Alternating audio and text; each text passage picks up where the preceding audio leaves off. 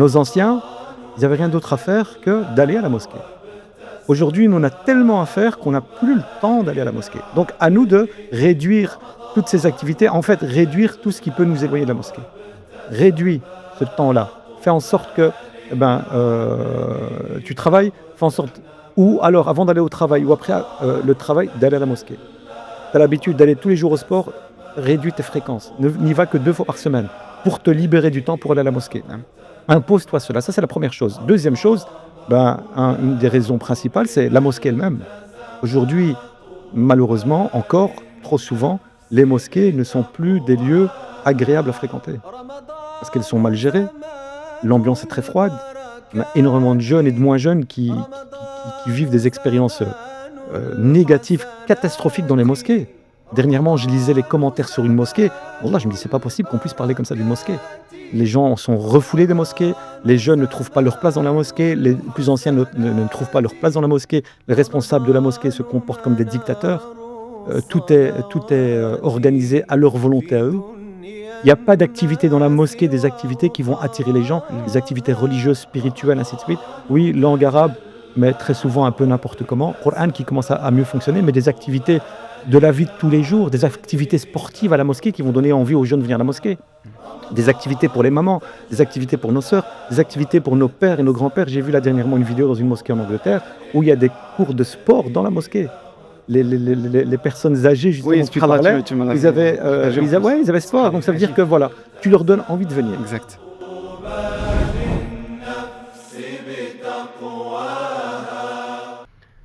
أعوذ بالله من الشيطان الرجيم بسم الله الرحمن الرحيم ما كان للمشركين أن يعمروا مساجد الله شاهدين على أنفسهم بالكفر أولئك حبطت أعمالهم وفي النار هم خالدون إنما يعمر مساجد الله من آمن بالله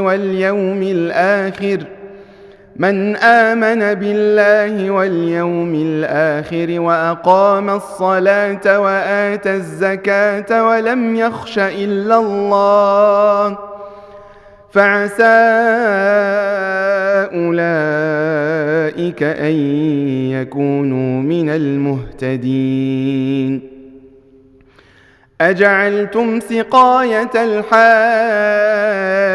وعمارة المسجد الحرام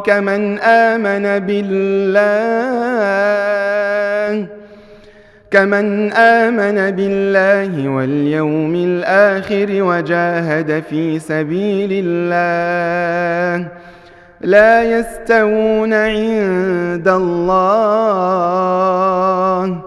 والله لا يهدي القوم الظالمين الذين آمنوا وهاجروا وجاهدوا في سبيل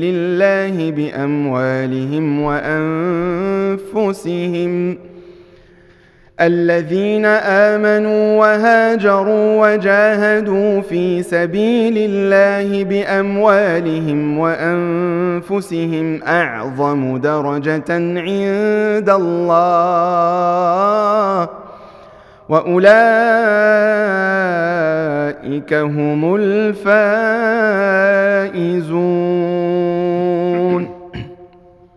صدق الله العظيم بسم الله الرحمن الرحيم وصلى الله وسلم وبارك على نبينا محمد الصادق الأمين وعلى آله وصحبه أجمعين رب اشرح لي صدري ويسر لي أمري واحلل عقدة من لساني يفقه قولي اللهم علمنا ما ينفعنا وانفعنا بما علمتنا إنك أنت العليم الحكيم اللهم يا رب العالمين اجعل القرآن العظيم ربيع قلوبنا ونور صدورنا وجلاء أحزاننا وذهاب همومنا وغمومنا اللهم ذكرنا منه ما نسينا وعلمنا منه ما جهلنا وارزقنا تلاوته آناء الليل وأطراف النهار برحمتك يا عزيز يا جبار. Mes frères, mes sœurs, assalamu alaikum wa rahmatullahi ta'ala wa barakatuh. Nous voilà dans notre avant-dernier podcast de ce mois béni, du mois de Ramadan. Allah subhanahu wa ta'ala qui nous facilite, nous demandons à Allah azza wa jal d'accepter votre jeûne ainsi que le nôtre, incha'Allah ta'ala, qui fasse de nous, incha'Allah, les personnes qu'il aura affranchies, incha'Allah ta'ala, du feu de l'enfer. Amin, amin, ya rabbal alamin. Alors le sujet d'aujourd'hui, il se veut d'être tout aussi important, surtout pendant le mois béni, le mois de Ramadan, le mois du Coran. Et donc qui dit Coran parle de prière, parle de mosquée. Enfin, évidemment aujourd'hui, Inch'Allah ta'ala, nous allons parler de être attaché aux mosquées, l'amour des mosquées que chaque croyant, Inch'Allah ta'ala, doit porter dans son cœur. Et aujourd'hui, évidemment, le podcast n'est jamais complet sans la présentation plutôt et la présence et la prestance. Mashallah, je vois déjà le sourire de mon frère Mohamed Izdadis. Il est en train de se mêler les pinceaux. Donc, sans la présence de mes chers intervenants, hafidahumullah wa ra'ahum. À ma droite ici, mon frère Mohamed, hafidahullah. Assalamu alaikum wa rahmatullahi wa barakatuh. Wa alaikum salam wa rahmatullahi wa barakatuh. Ça m'arrive quand je parle trop vite. Je pense que là, je parle trop vite. Tu parles peut-être trop vite, mais tu parles très bien, mashallah. Allah yajzak. Et on ne peut pas être parfait, on est perfectible. Exactement, qu'Allah te préserve. Mohamed. Comment tu vas? Alhamdulillah, barakallahu fik. Alhamdulillah, rabbil alamin. Je le rappelle, mon frère Mohamed, enseignant de religion islamique, afwan, et conférencier ainsi que intervenant titulaire chez Darifton Prod. Et on a aussi l'honneur d'accueillir mon frère Ismail Roubaissi qui nous vient de France, mashallah, tabarak ar-Rahman, qui est toujours présent lorsqu'on l'appelle, qu'Allah Azza wa Jal te préserve, se dit Ismail. Comment tu vas? C'est un grand honneur pour moi d'être parmi vous comme toujours. Alhamdulillah, je vais très bien. Alhamdulillah, barakallahu fik. Et mashallah, tu es très bien placé aujourd'hui, mashallah, parce que tu vis avec la mosquée, Allahumma barik, dans ton quotidien. Mon frère Ismail Roubaissi qui est imam, ainsi que, mashallah, enseignant en sciences islamiques et dans le Coran al-Karim. Il est aussi à la tête de l'Iqra'iyya, donc la méthode de l'Iqra'iyya qu'il a mis en place, Allahumma barik, pour justement apprendre sa religion dans, on va dire, la meilleure des manières possibles, bi'idhnillah azza wa jal, et surtout que ce soit accessible pour chacun et chacune, incha'Allah ta'ala. À ma gauche, j'ai mon frère Philippe, hafidahullah. Assalamu alaikum wa rahmatullahi wa barakatuh. Wa alaikum salam wa rahmatullahi. Comment tu vas, Habibi Philippe? Alhamdulillah. Allah yanorak, Allah yajazak bikhair. Désolé, vous êtes ahibbati aussi, parce que je vois des jaloux là qui arrivent. Habibi Mohamed ou Habibi Ismail. Vous allez remarquer que je dis beaucoup Habibi, mais j'aime beaucoup, parce que ça vient du cœur.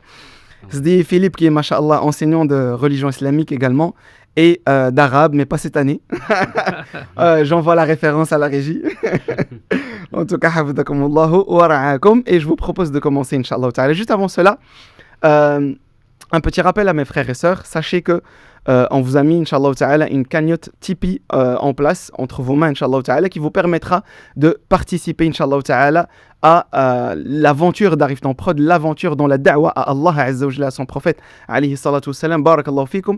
Ne vous privez pas de ce bien, inch'Allah ta'ala, surtout pendant le mois béni.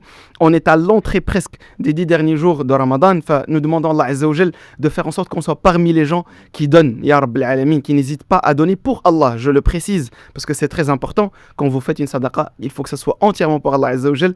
En réalité, c'est pas pour Darifton en tant quantité présente et réelle, mais en vrai, c'est pour Allah subhanahu wa ta'ala. Ce ne sera qu'un moyen pour Darifton, Inch'Allah, d'avancer dans ses projets et d'avancer dans la da'wa à Allah Azza wa Jalla. Donc, barakallahu fikum, ne vous privez pas de ceci et partagez au maximum, comme Allah Rasul sallallahu alayhi wa sallam l'a rappelé dans un hadith, une partie du hadith qui dit وَالدَّالُ عَلَى الْخَيْرِ كَفَاعِلِهِ. Celui qui montre aux gens le bien, c'est exactement comme celui qui le fait en termes de récompense. Donc vous aurez exactement la même chose. Vous imaginez, subhanallah, et surtout pendant le mois béni, ou l'a'mal, qui sont multipliés, subhanallah, les récompenses auprès d'Allah Azza wa Jalla sont juste immenses, subhanallah al-azim. Fa barakallahu fikum. Ne soyez pas avares envers vous-même. Petite question brise-glace, ça se dit Mohamed, Ismail, ça se dit Philippe. Quel souvenir personnel a contribué à vous attacher à la mosquée? C'est Mohamed. Bien, bismillahirrahmanirrahim. Tout d'abord, je voudrais, en mon nom, au nom de Darifton, au nom de tous les musulmans, remercier Allah Azza wa Jalla de nous avoir permis de vivre ce mois béni de Ramadan. Et comme on l'a imploré de nous permettre de vivre le mois de béni de Ramadan, on l'implore de nous permettre de vivre Laylatul Qadr qui arrive très bientôt, Inch'Allah. Allahumma ballighna Laylatul Qadr kama ballaghtana Ramadan. C'est la toute première des choses. Par rapport à ta question brise-glace, alors j'ai 50 ans.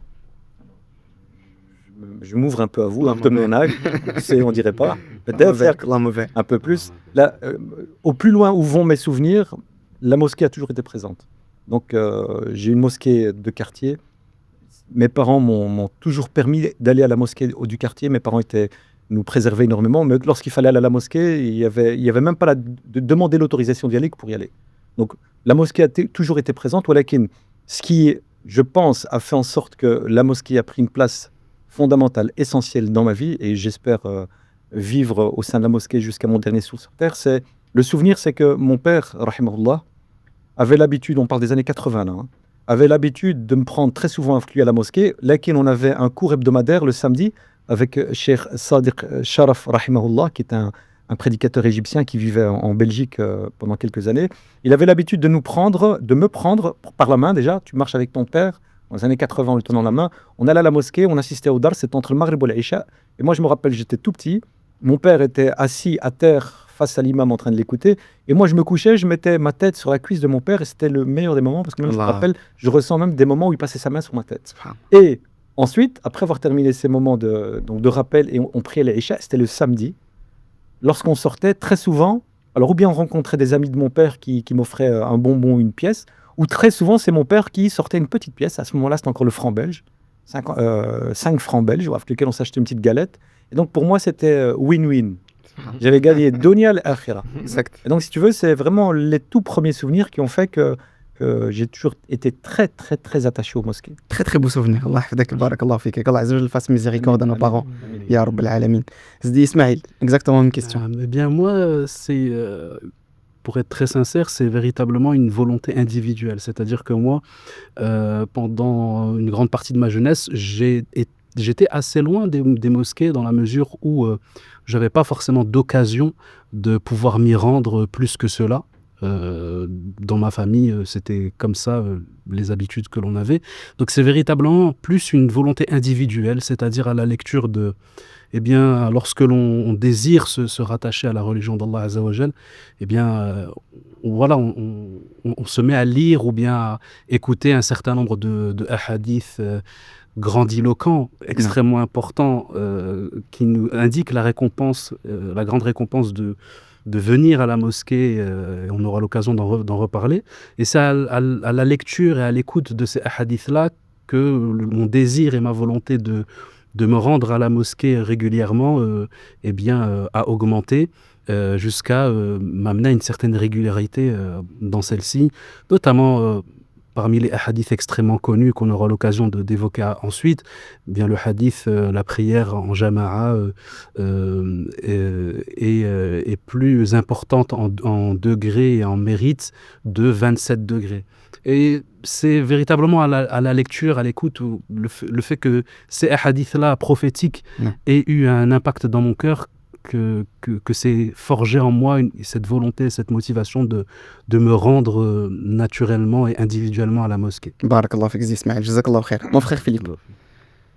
Eh bien, si moi je dois revenir à mes premiers contacts avec les mosquées, mes premiers contacts avec les mosquées ne sont pas si glorieux que ça, je vais dire. Parce que quand je me convertis, moi j'avais à peu près 19 ans, et je vivais à Bruxelles, au centre de Bruxelles, où, alors je ne vais pas citer les mosquées pour ne pas froisser les gens, mais je n'ai pas ressenti, c'était peut-être ma faute aussi à cette époque-là, parce qu'on était un peu jeunes et donc on venait juste prier, partir, mais je n'ai pas ressenti spécialement de grande implication, de grande apaisement à la mosquée. Et c'est quand je me suis marié et que j'ai été vivre alors, très près de Bruxelles, dans une des villes autour de Bruxelles, mais vraiment collée à Bruxelles, où, parce que mon épouse avait déjà un appartement là-bas, donc j'ai été là-bas, je voulais me retourner à Bruxelles le plus vite possible, et c'est la mosquée qui a fait que je suis resté dans la ville où je suis, vraiment. Et parce que j'ai découvert des gens, j'ai découvert un projet, parce qu'ils ont un projet dans la mosquée où je suis, de Hifz al-Qur'an avec les jeunes, qui est toujours... Alors, il y a plein de choses pour lesquelles, dans notre mosquée, on a difficile à faire avancer les choses. Je pense, par exemple, on a essayé de faire des cours de sciences religieuses, on essaie, on avance, on revient, enfin, on hésite, ça marche pas, ça prend pas toujours bien. Mais les cours de Qur'an Karim, chez nous, ça a toujours très bien marché. Et cette mosquée, elle a quelque chose de spécial qui fait que il y a des gens dedans qui sont vraiment très, je veux dire, qui ont de l'amour pour les autres. Et moi, c'était ça qui m'a vraiment touché, c'est les gens qui venaient me poser des questions, surtout quand ils ne savaient pas d'où je venais, et donc ils venaient me poser des questions et me dire, tiens, tu viens d'où, on ne te connaît pas, machin, et voient que je viens prier 1 fois, 2 fois, 3 fois. Et ça a créé vraiment des liens Et il y a des gens que j'aime en Allah dans cette mosquée pour qui je fais des invocations et que j'espère vraiment qu'Allah, je suis convaincu qu'Allah les compte, Wallahu ta'ala a'lam bien sûr, Ya Rab. mais qui font partie des rapprochés d'Allah Azza wa Jal parce qu'ils transmettent une telle bienveillance et une telle lumière. Et donc moi c'est vraiment ça, c'est des rencontres positives qui ont eu un impact, un très grand impact sur ma pratique et sur ma foi. Barakallah fik Sidi Philippe, jazakallahu khayran. Et donc en premier lieu, Inch'Allah ta'ala, je vous propose de parler un petit peu de statut, justement, le statut de la mosquée en islam, en commençant par mon frère Mohamed, qui pense mosquée dans notre religion, forcément, va penser plutôt réforme, on va dire de façon automatique. Pourquoi la mosquée est-elle un lieu fondamental dans la réforme du nafs, dit Mohamed?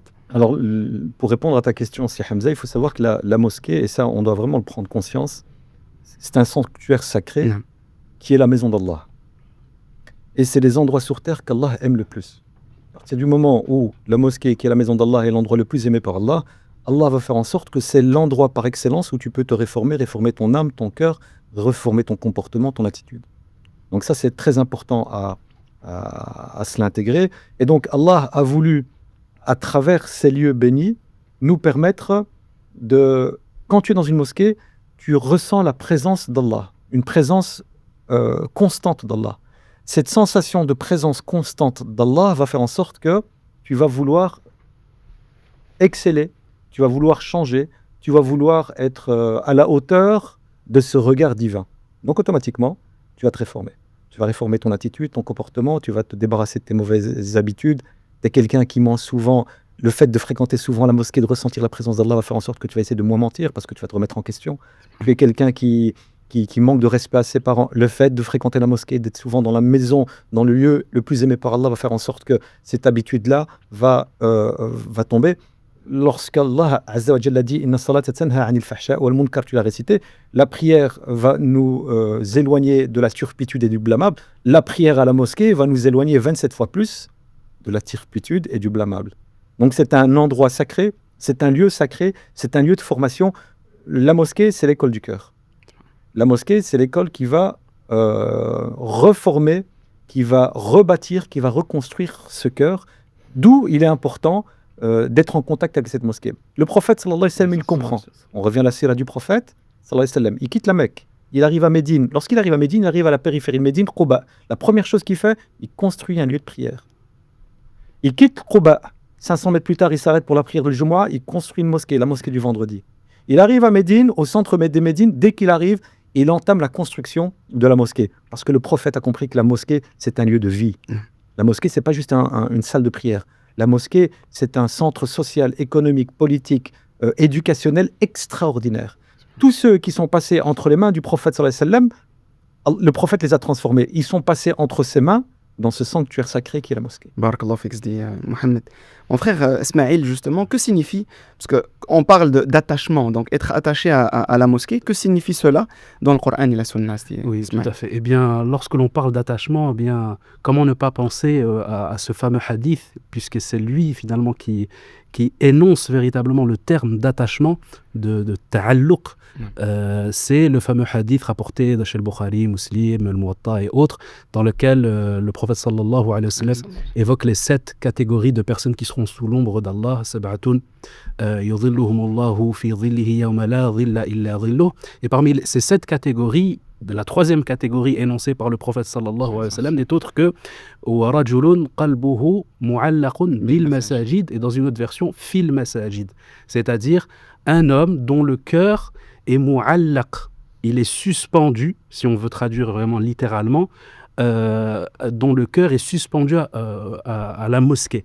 Et les commentateurs de ce noble hadith nous expliquent, notamment par exemple Ibn Hajar dans le Fath, que le mu'allaq, le sens en fait, c'est que le cœur est attaché à la mosquée de la même manière que les lampes seraient attachées dans la mosquée à celle-ci. Donc véritablement, il y a une image en fait qui est utilisée par le prophète sallallahu alayhi wa sallam dans le hadith là. Et ce qu'ils expliquent au niveau du sens de l'attachement, c'est véritablement l'attachement du cœur, de sorte que ça n'est pas le fait de rester constamment dans la mosquée. Ça, c'est une erreur de compréhension de penser ça. Mais c'est le fait que le cœur, lui, reste attaché à la mosquée, même lorsqu'on sort de la mosquée, même lorsqu'on est à l'extérieur de la mosquée. De sorte que mon seul souhait, mon seul désir, ma seule volonté, lorsque je suis à l'extérieur de la mosquée, c'est d'y revenir. C'est cette volonté de revenir à la mosquée dès que je peux. Et ça, c'est important, il me semble, comme définition de départ, pour bien préciser que ce qui est voulu, c'est pas que tu arrêtes de travailler, tu arrêtes tout ce que tu fais pour simplement rester dans la mosquée toute la journée. Évidemment que ça n'est pas ça le sens. Bien au contraire, le sens, c'est même lorsque toi, tu n'es pas en capacité parce que tu as des obligations, parce que tu dois subvenir aux besoins de ta famille, etc. Tu as ce désir continuel de vouloir t'y rendre, de sorte que dès que tu as un moment libre où tu pourrais y aller, tu y vas naturellement. Tu as ce désir, il y a cette sincérité, ce désir de la récompense, de l'agrément d'Allah qui te pousse, et également cet amour pour la mosquée, pour ce qu'elle représente, pour son environnement, et tu désires donc constamment t'y retrouver, etc.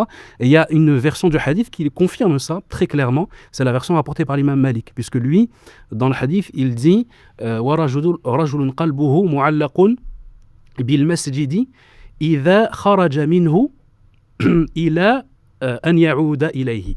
C'est-à-dire, son cœur est attaché à la mosquée lorsqu'il sort de celle-ci jusqu'à ce qu'il revienne. Subhanallah.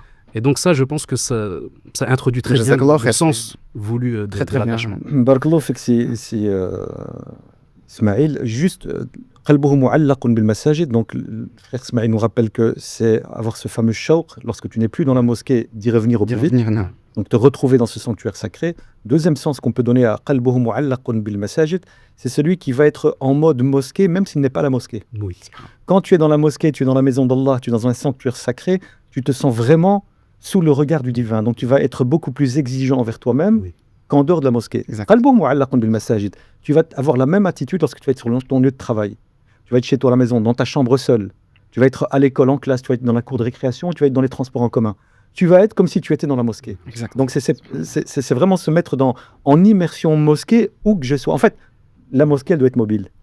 La mosquée, c'est pas juste le bâtiment dans lequel je vais prier. La mosquée, elle m'accompagne où que je sois, quoi que je fasse. Oui, d'ailleurs, on peut rajouter une chose aussi, c'est l'imam al-Baji, lorsqu'il explique le hadith, il dit que il associe en fait cette situation de la personne qui est à l'extérieur de la mosquée et qui désire aller y retourner à celui qui est en adoration, même si il n'effectue pas son adoration, mais qu'il est en attente de celle-ci. Il explique que la récompense et le mérite de cette personne-là, il est en lien parce que il est en relation au fait que certes, il n'est pas dans sa prière à ce moment en tant que tel, mais étant donné qu'il a l'intention et la volonté d'y revenir, c'est comme s'il était constamment et toujours en adoration. En fait. Il la souhaite tellement que... Quand j'entends ce hadith-là, très souvent, ça me fait penser à nos anciens.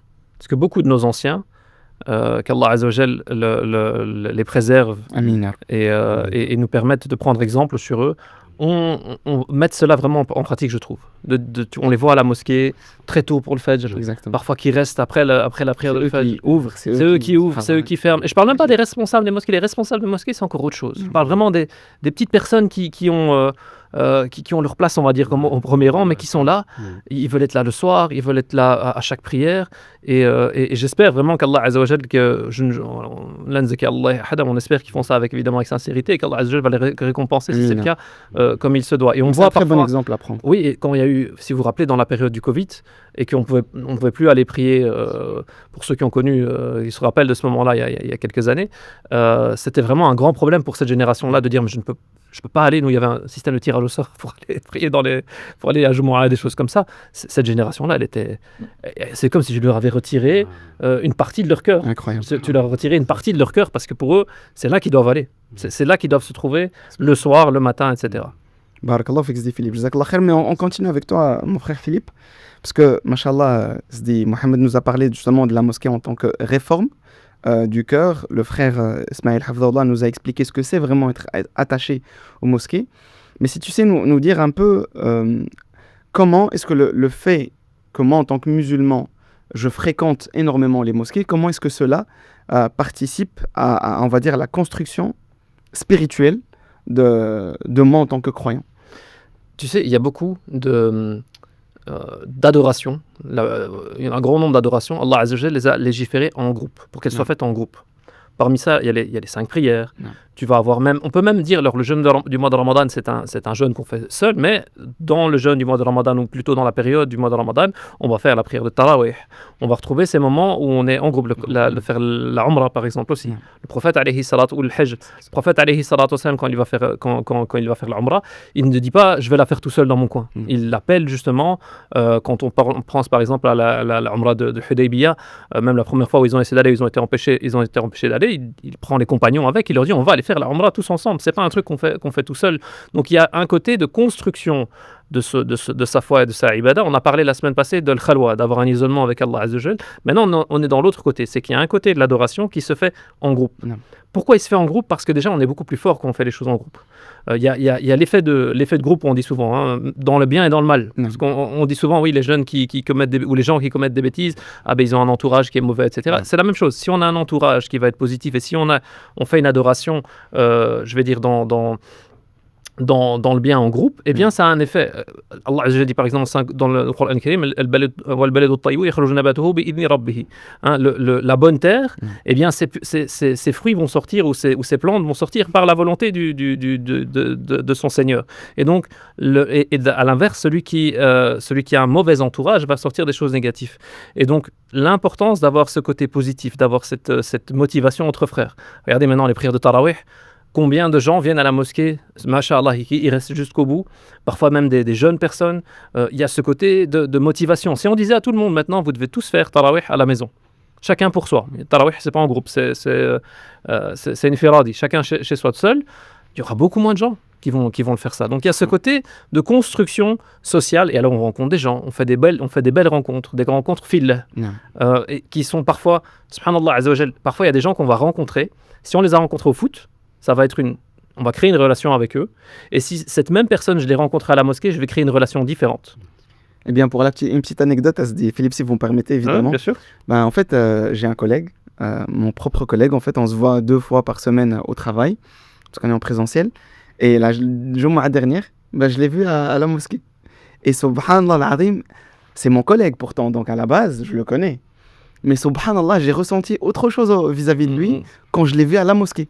En fait, limite, j'ai ressenti que notre fraternité s'est renforcée encore plus. Wallahi, ajib, subhanallah. Parce qu'il y a un amour en Allah. On comme ça et je lui ai dit, subhanallah, ça fait très plaisir de te voir ici. Incroyable. C'est la différence entre l'amour fillah et l'amour fi dunya. Voilà, exactement. Parce que quand on est dans le travail, oui, on a une certaine, si on peut dire un amour, on va dire une certaine connexion avec les gens pour dire, voilà, on a l'habitude, on les respecte, etc. Mais le fait de savoir de les voir dans un cadre qui nous plaît, eh bien, ça renforce les liens. Alors, on a ça aussi quand parce qu'on entend beaucoup de gens, et même nous-mêmes, qui avons créé des liens dans les cours religieux. Il y a des gens qu'on rencontre dans les cours religieux, eh bien, où on sait parfois, parce qu'on ne se dit pas tout, mais on sait parfois quand on se parle les uns les autres qu'en fait, oui, il a aussi ces petits je ne vais pas dire ses vices, mais ces petits défis à lui dans sa vie quotidienne. Mais le fait que nous, on ne se connaisse que pour le côté religieux, on ne se connaisse que quand on vient à la mosquée, on récite le Coran ensemble sur le même cheikh, et après on va papoter un petit peu de dessus de où t'es arrivé, où tu fais ça, t'étudies quoi, eh bien, c'est vraiment une autre relation qui se crée, et ça crée des amitiés filles, parce que ça c'est quelque chose de très important aussi, c'est d'avoir des amitiés en Allah Azza wa Jal. Jazakallah khair, Philippe. Mais subhanallah, moi j'ai envie de dire, après vous avoir entendu, qu'est-ce qu'on attend en fait pour retourner aux mosquées? Parce qu'aujourd'hui, malheureusement, après votre discours, on n'a qu'une seule envie, c'est d'aimer les mosquées. Mais malheureusement, ce n'est pas ce qu'on constate aujourd'hui, de façon quotidienne. On voit un éloignement de plus en plus de personnes croyantes, subhanallah, des musulmans, qui s'éloignent de plus en plus des mosquées. Ma'al asaf, vraiment avec un grand malheur. Et je me demande en fait, quelles sont les causes, se dit Mohamed, en l'occurrence, les causes principales que tu estimes, qui sont vraiment la source du problème, qui éloignent aujourd'hui beaucoup de croyants et croyantes des mosquées. Alors, les causes principales qui éloignent les croyants et les croyantes des mosquées, il y en a plusieurs. Je vais essayer d'en citer juste 2-3 pour ne pas faire trop long. Non. La première, à mes yeux, il me semble que c'est le manque de temps, le surdivertissement, le fait qu'on est aujourd'hui, par rapport à il y a quelques années, autour de nous, des occupations inutiles et futiles qui vont faire en sorte que la mosquée va rétrograder dans nos priorités. C'est-à-dire qu'aujourd'hui, on travaille, on s'occupe des enfants, on a les réseaux sociaux, on a nos activités, on a le sport, on a ci, on a ça. Ce sont toutes des activités qui peuvent être prises séparément, pourraient être bénéfiques et elles sont bonnes. Mais le fait de toutes les enchaîner, ça va nous empêcher d'aller à la mosquée. Donc on n'a plus le temps d'aller à la mosquée. Ce bas monde a pris tellement de place qu'il ne laisse plus de place au temps dédié à Allah. Nos anciens, ils n'avaient rien d'autre à faire que d'aller à la mosquée. Aujourd'hui, nous, on a tellement à faire qu'on n'a plus le temps d'aller à la mosquée. Donc, à nous de réduire toutes ces activités, en fait, réduire tout ce qui peut nous éloigner de la mosquée. Réduis ce temps-là. Fais en sorte que tu travailles, fais en sorte, ou alors, avant d'aller au travail, ou après le travail, d'aller à la mosquée. Tu as l'habitude d'aller tous les jours au sport, réduis tes fréquences. N'y va que 2 fois par semaine pour te libérer du temps pour aller à la mosquée. Impose-toi cela. Ça, c'est la première chose. Deuxième chose, une des raisons principales, c'est la mosquée elle-même. Aujourd'hui, malheureusement, encore trop souvent, les mosquées ne sont plus des lieux agréables à fréquenter. Parce qu'elles sont mal gérées. L'ambiance est très froide. On a énormément de jeunes et de moins jeunes qui vivent des expériences négatives, catastrophiques dans les mosquées. Dernièrement, je lisais les commentaires sur une mosquée. Wallah, je me dis, c'est pas possible qu'on puisse parler comme ça d'une mosquée. Les gens sont refoulés des mosquées, les jeunes ne trouvent pas leur place dans la mosquée, les plus anciens ne trouvent pas leur place dans la mosquée, les responsables de la mosquée se comportent comme des dictateurs. Tout est organisé à leur volonté à eux. Il n'y a pas d'activité dans la mosquée, des activités qui vont attirer les gens, des activités religieuses, spirituelles, ainsi de suite. Oui, langue arabe, mais très souvent un peu n'importe comment. Coran qui commence à mieux fonctionner, mais des activités de la vie de tous les jours, des activités sportives à la mosquée qui vont donner envie aux jeunes de venir à la mosquée. Des activités pour les mamans, des activités pour nos sœurs, des activités pour nos pères et nos grands-pères. J'ai vu là dernièrement une vidéo dans une mosquée en Angleterre où il y a des cours de sport dans la mosquée. Les personnes âgées, justement, oui, tu parlais, ils avaient sport. Donc ça veut dire que voilà, tu leur donnes envie de venir. Exact. Troisième raison qui, à mes yeux, explique que les mosquées ne donnent plus vraiment envie, et c'est une plainte aussi que je reçois très souvent, parce que par exemple, encore en Belgique très souvent, le sermon du vendredi et les conférences de la semaine ne sont pas faites en français. Sont faites uniquement en arabe. Nos jeunes ne comprennent pas l'arabe. Donc comment tu veux leur donner envie de venir à la mosquée s'il n'y a pas le dars du samedi et du mercredi et la khotoba qui se fait dans les 2 langues au minimum? Tu comprends? Donc ça freine énormément l'envie de fréquenter les mosquées. L'imam ne parle pas français. Donc le jeune, en fait, lorsqu'il arrive dans la mosquée, il retrouve un responsable de mosquée qui ne parle pas français. Il ressent une distance déjà. Un imam qui parle, il n'a pas envie. Exact. Et puis, dernier point, l'accessibilité. Nos mosquées sont ouvertes un quart d'heure avant la prière, un quart d'heure après la prière. Nos lieux de divertissement, les cafés, les salles de jeu, elles sont ouvertes de 7h du matin à minuit. Donc tu vois, moi je le vois dans la mosquée, dans notre mosquée, la mosquée donc, que je fréquente, qui est ouverte de l'Fajr à l'Isha, c'est devenu un lieu de vie. Donc même les jeunes savent que c'est un endroit où tu peux aller, même s'il n'y a pas prière. Et donc, très souvent, c'est ça. Le gars, il veut aller à la mosquée, c'est déjà 20 minutes après la prière, la mosquée est sûrement fermée. Moi, j'ai assisté à des scènes dans une mosquée où la personne est arrivée après on ait fini la prière, où le responsable de la mosquée lui ait refusé l'accès à la mosquée. T'imagines? Comment après s'étonner que monsieur tout le monde, ça le botte plus réellement d'aller à la mosquée? Bien sûr. Mais c'est là où il y a un travail à faire avec notre jeunesse, parce que je dis souvent, je partage tout à fait ton analyse sur l'état des mosquées, malheureusement.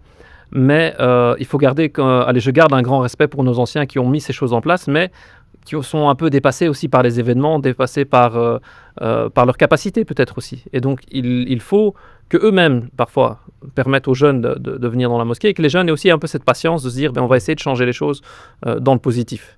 Mais c'est un travail qui doit se faire des 2 côtés, et c'est parfois très difficile de... Philippe, j'ai pas envie de faire le procès des mosquées. J'ai 50 ans. Moi, dans ma mosquée de quartier, je suis encore considéré comme un jeune. C'est-à-dire que là, voilà, avec tout ce que je fais dans la mosquée de mon quartier, il se fait que maintenant, tu es encore trop jeune, que pour pouvoir t'investir dans la mosquée. عجيب. Donc, tu vois, donc en réalité, les anciens qui ont fait un travail extraordinaire, tu ne dois pas faire la saison de trop. Mm. Toi, tu es capable de couper le cordon. C'est le problème de la paternité des projets. C'est que les projets, on les fait. S'approprie les projets. Voilà, on s'approprie les projets. Ça met même en question ta sincérité. Voilà, C'est exactement. C'est ça le danger. Tu te l'appropries tellement, tu penses que c'est ton bébé, mais tu te comportes, tu le paternalises de trop. C'est ça. Eh, on a des compétences dans les jeunes qui ont 30-40 ans. Moi, je ne parle pas de jeunes de 12 ans. Hein. On a des compétences dans tous les domaines. Ils sont surutilisés dans leur vie professionnelle. Ils arrivent à la mosquée, on les infantilise. Comment tu veux que ce jeune s'investisse dans la mosquée? Et comment tu veux que ce jeune fréquente la mosquée? On l'appelle monsieur, il a 30 personnes dans son service que lui commande et contrôle. Il se retrouve à la mosquée, on le traite comme un bébé. Il y a un souci. Ça, c'est clair. Barakallahu fikum pour ce rappel. Et justement, ça engendre malheureusement cette faiblesse. En fait, cette faiblesse dans le lien à la mosquée. Et c'est là où justement je me tourne vers toi, se dit Ismaël. Mais avant cela, j'ai juste une question qui devait normalement venir avant. C'est l'appellation masjid. En arabe, on dit masjid pour la mosquée, mais il y a aussi le jami'. Donc, si tu sais nous donner la différence, ou plutôt, c'est même pas une différence, mais plutôt la définition de chacun des... Donc, le masjid, tel qu'il est employé par de nombreux hadiths et également de nombreux versets dans le Coran, il désigne le lieu de prosternation. Non. Donc, à partir de là, tout lieu qui a été construit à cet usage, dans un objectif de réserver ce lieu à l'adoration et à la prière, et notamment évidemment aux prières en jama'a et en groupe, est appelé masjid en langue arabe, et est clairement appelé masjid. C'est pas, parfois on dit d'une mosquée qui ne fait pas le jumu'ah, on dit c'est juste une musalla. En vérité, non. C'est véritablement un masjid au sens de la langue arabe, tel qu'il est utilisé, tel qu'il est désigné ainsi. Simplement, lorsque ce masjid-là, eh bien, il est le lieu de regroupement de toutes les personnes de la ville. C'est la plus grande mosquée où se tiennent les Jumu'ah, c'est-à-dire les différents Jumu'ah, etc. chaque semaine. Là, on appelle cela un jami', parce que c'est là le lieu de rassemblement, puisque à une certaine époque, il n'y avait pas, comme aujourd'hui, un Jumu'ah dans chaque mosquée, mais c'était seulement la plus grande mosquée qui accueillait les fidèles pour le Jumu'ah, et c'est elle qui était appelée jami'. Qu'on a ensuite appelé jama' pour simplifier. Si chez moi à la maison, je réserve une pièce pour me prosterner, est-ce que je peux appeler cette pièce-là al-masjid? Dans ce cas-là, dans la langue arabe, ça pourrait être utilisé en tant que tel, mais si on parle vraiment du lieu qui dispose de cette définition, on va dire, religieuse, juridique, dans ce cas-là, non. Parce que c'est vraiment le lieu qui est créé pour cela, qui fait l'objet d'un waqf, c'est-à-dire on l'a financé pour que ce soit un bien commun pour tous les musulmans. Dans ce cas-là, c'est ça véritablement le sens du terme masjid au sens légal et au sens jurisprudentiel. Barakallahu fik, jazakallahu khair pour ce rappel. Et justement, maintenant, revenons au fait, donc cette conséquence de ce que les frères ont cité, Mohamed et Philippe, hafidhahumullah, cette conséquence malheureusement qui affaiblit notre lien à la mosquée. Quel est le danger spirituel de ceci? Parce que, voilà, on va pas se mentir, malheureusement, quand les jeunes s'éloignent de la mosquée par la cause telle ou telle, ou par la cause de tel responsable, ou bien parce qu'ils ont entendu telle remarque ou telle chose, ça affaiblit malheureusement leur spiritualité. Et quel est le danger réel de cela? Exactement. C'est pour un peu continuer un peu le propos qui a été tenu. À mon sens, je pense qu'il y a vraiment les deux côtés, en fait. Il y a deux problèmes fondamentaux. Il y a d'un côté le problème, en effet, qui concerne les responsables des mosquées, leur façon de gérer la mosquée en tant que telle, qui génère un certain nombre de retours négatifs, voire même de dégoût. Ça, je pense qu'il y a beaucoup de gens qui ont voulu, à certains moments, s'investir dans la mosquée ou bien participer à des activités, etc., qui ont clairement, il faut dire la vérité, été dégoûtés de mosquées. Parfois même des gens qui possèdent une certaine science ou qui ont voulu donner des cours ou ce genre de choses. Ça, de ce côté-là, je pense que le frère Mohamed, il a excellemment énoncé les différents problèmes. Et je pense qu'il y a aussi un autre problème qui est plus en lien avec le fidèle en tant que tel. Et également, le fidèle en tant que tel, dans cet environnement moderne et 2.0 dans lequel il évolue, parce qu'on constate véritablement que, notamment chez les jeunes, la place des réseaux sociaux, elle est tellement importante dans la vie des jeunes que ça crée véritablement un décalage au niveau de la légitimité religieuse. C'est-à-dire qu'à une certaine époque, eh bien, lorsque les gens voulaient apprendre leur religion, ou bien il n'y avait pas Internet, il n'y avait pas tout ça. Donc, lorsqu'on souhaitait avoir une question religieuse, etc., on allait à la mosquée. Exact. Et donc, ça créait ce rapport avec C'était la avec référence la de base. religion et avec la mosquée de manière Ouais. générale, exactement. C'est la référence. C'est l'imam de la mosquée qui est légitime à me parler et à m'énoncer des fatwas ou des réponses religieuses. Aujourd'hui, tout ceci, toute cette légitimité, elle a été décalée de son centre névralgique qui est censé être à la mosquée pour être replacée, Digitalisé. voilà, digitalisée au niveau de comptes sur Instagram, sur Facebook, sur ceci ou cela. Et donc les jeunes, finalement, ils se construisent toute une identité religieuse, mais uniquement dans le digital. En fait. À tel point où il est possible aujourd'hui d'avoir des jeunes qui te parlent, ils te parlent comme si c'était des savants, ils te parlent comme si c'était des imams, ils lisent peut-être des livres en arabe, ils essayent d'étudier les sciences islamiques, mais peut-être, si ça se trouve, il n'a jamais été à la mosquée ou il n'a jamais mis un pied à la mosquée en dehors des Jumu'ah. Du Jumu'ah. Et clairement, eh bien, c'est véritablement, à mon sens, c'est quelque chose d'inquiétant. Parce que vraiment, les personnes qui sont censées avoir cette légitimité, eh bien, sont délégitimées par leur absence dans les réseaux sociaux. Et au contraire, sont mis en avant eh bien, des personnalités connues, mais qui n'ont pas forcément de lien avec la mosquée. Par exemple, on a beaucoup de gens sur les réseaux sociaux qui font un travail de da'wah, mais ils ne sont connus de personne dans les mosquées. Si ça se trouve, ils n'ont jamais mis les pieds dans une mosquée. Et ça crée un certain nombre de problèmes au niveau d'un point de vue moral. Lorsque ces personnes-là, elles ont une apparence qu'elles montrent dans les réseaux sociaux, mais derrière les réseaux sociaux, est-ce que c'est des gens qui sont habités à la mosquée, qui viennent à la mosquée, qui sont reconnus, pour qui les gens témoignent de leur bien, de leur honnêteté. Il y a plus, en fait, tous ces paramètres-là qui faisaient la légitimité de l'imam et de la personnalité religieuse, elle n'est plus, en fait. C'est-à-dire là, aujourd'hui, c'est juste une image, l'image qu'il donne dans une vidéo. Et si ça se trouve, derrière, quand il éteint sa caméra, tu sais pas, peut-être c'est un shaitan, peut-être que c'est un démon. Et ça, c'est effectivement très, tu sais ce que je me rappelle, et c'est là où je me dirige vers mon frère Mohamed. Je sais que, voilà, peut-être que ça sort un peu de la question, mais j'aimerais ton avis là-dessus. Le fait que, justement, cette digitalisation de la chose nous fait oublier que la mosquée, c'est Baytullah. En fait, c'est une des demeures d'Allah Azza wa Jal qu'il a mis sur terre. Donc, comment est-ce que cela est possible, en fait, malheureusement? En fait, on doit faire le travail de remettre la mosquée au milieu du village. Et ce phénomène, à mes yeux, a débuté avec le Covid. Ouais.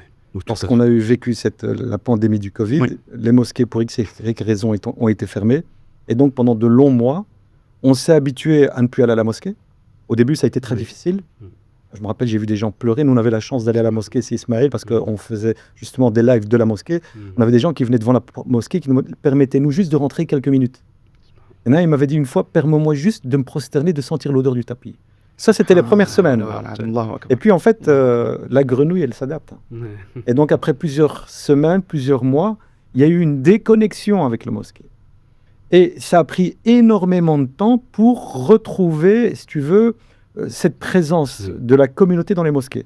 Et moi, je suis certain qu'aujourd'hui, la présence communautaire dans les mosquées est encore moindre que l'avant Covid. Alors, comme la mosquée ne pouvait plus jouer pour X ou Y raison son rôle, qu'est-ce qui est apparu à ce moment-là? Est apparu la da'wah sur les réseaux. Elle existait, mais elle était marginale. Là, à ce moment-là, si tu veux, elle avait champ libre. La mosquée n'était plus là. Il n'y avait plus rien qui se faisait dans la mosquée. Donc, il y a des choses qui se sont faites sur les réseaux sociaux. Alors, il y a des personnes très compétentes qui étaient sur les réseaux. Et puis, les réseaux ont la force, le pouvoir de faire d'un âne un cheval de course. Ça veut dire quoi? Ça veut dire la manière de le filmer, la manière de le préparer, ainsi de suite. Le plan, l'axe va faire que, en fait, l'âne, toi, tu le vois comme un cheval de course. Mais lorsque tu éteins la caméra, ça redevient un âne. Alors, je vise absolument personne, mais c'est juste pour te montrer le truc. Donc, on doit vraiment faire gaffe à cela. À nous, encore une fois, prédicateurs, éducateurs, à nous en tant que parents même, de refaire en sorte de remettre la mosquée dans le cœur de nos enfants. Parce que la mosquée, c'est la maison d'Allah, et la baraka que tu trouves dans la mosquée, tu ne la trouves nulle part d'autre sur terre. Exactement. Et toutes les mosquées sont des maisons d'Allah. À nous de refaire en sorte que la mosquée redevienne un lieu de vie. Encore une fois, comment? En sortant de ce prisme que la mosquée, c'est juste un lieu de prosternation. Barakallahu fik. Nos jeunes aujourd'hui, ils sont acculés par les divertissements. Faisons de la mosquée un lieu, entre autres, où ils vont pouvoir se divertir éthiquement. Et maintenant, on a des nouveaux défis avec l'intelligence artificielle, par exemple. Combien maintenant... Alors, j'ai certains étudiants qui sont très... je veux dire, qui veulent absolument suivre un madhab. Ils suivent des cours dans le madhab malikite et parfois ils reviennent avec certaines questions vers moi. Je ne suis pas un spécialiste du fiqh malikite, mais je l'ai étudié en partie et donc je peux parfois répondre à certaines choses ou parfois je vais interroger des mashayikh plus spécialisés pour cela. Mais souvent, ils me disent, j'ai demandé à ChatGPT, il me dit ça, mais... Et je me dis, mais subhanallah, oui, alors oui, on peut trouver... Je pense que l'IA, l'intelligence artificielle, peut aider pour des gens qui ont le maharat, qui ont déjà des capacités, qui ont déjà une science, etc. Ils peuvent s'aider peut-être dans certaines choses avec ça, certainement. Maintenant, la personne qui vient de nulle part et qui va poser une question à une intelligence artificielle, est-ce qu'il se rend compte qu'en fait, il est en train de dénaturaliser en fait, l'information. Bien sûr. Et alors oui, elle peut dire, oui, mais dans tel livre, tel truc, mais qui te dit que ce raisonnement, déjà, d'où sort ce raisonnement de 1, et qui te dit que ce raisonnement est logique, et essaye de la contredire. Dis-lui, non, tu as tort parce qu'un autre, il a dit ça. Il va te dire, ah oui, c'est vrai, tu as raison, parce que... Et donc, catastrophe. Mais c'est malheureusement, les questions qu'on reçoit, la plupart des questions qu'on reçoit maintenant vont dans ce sens-là. J'ai demandé à l'IA, elle m'a dit ça, mais quand même, j'ai un doute. C'est quand même... Et on là qu'eux viennent vers nous. Tous ceux qui ne reviennent pas, qui prennent IA et qui se disent... Et tu t'imagines le dénivellement vers le bas. C'est-à-dire qu'il y a quelques années, l'imam, le savant à la mosquée, c'était lui le référent. Oui. Et puis en quelques années, on s'est retrouvé que le référent, ce soit des frères et sœurs à moitié ou pas du tout incompétents.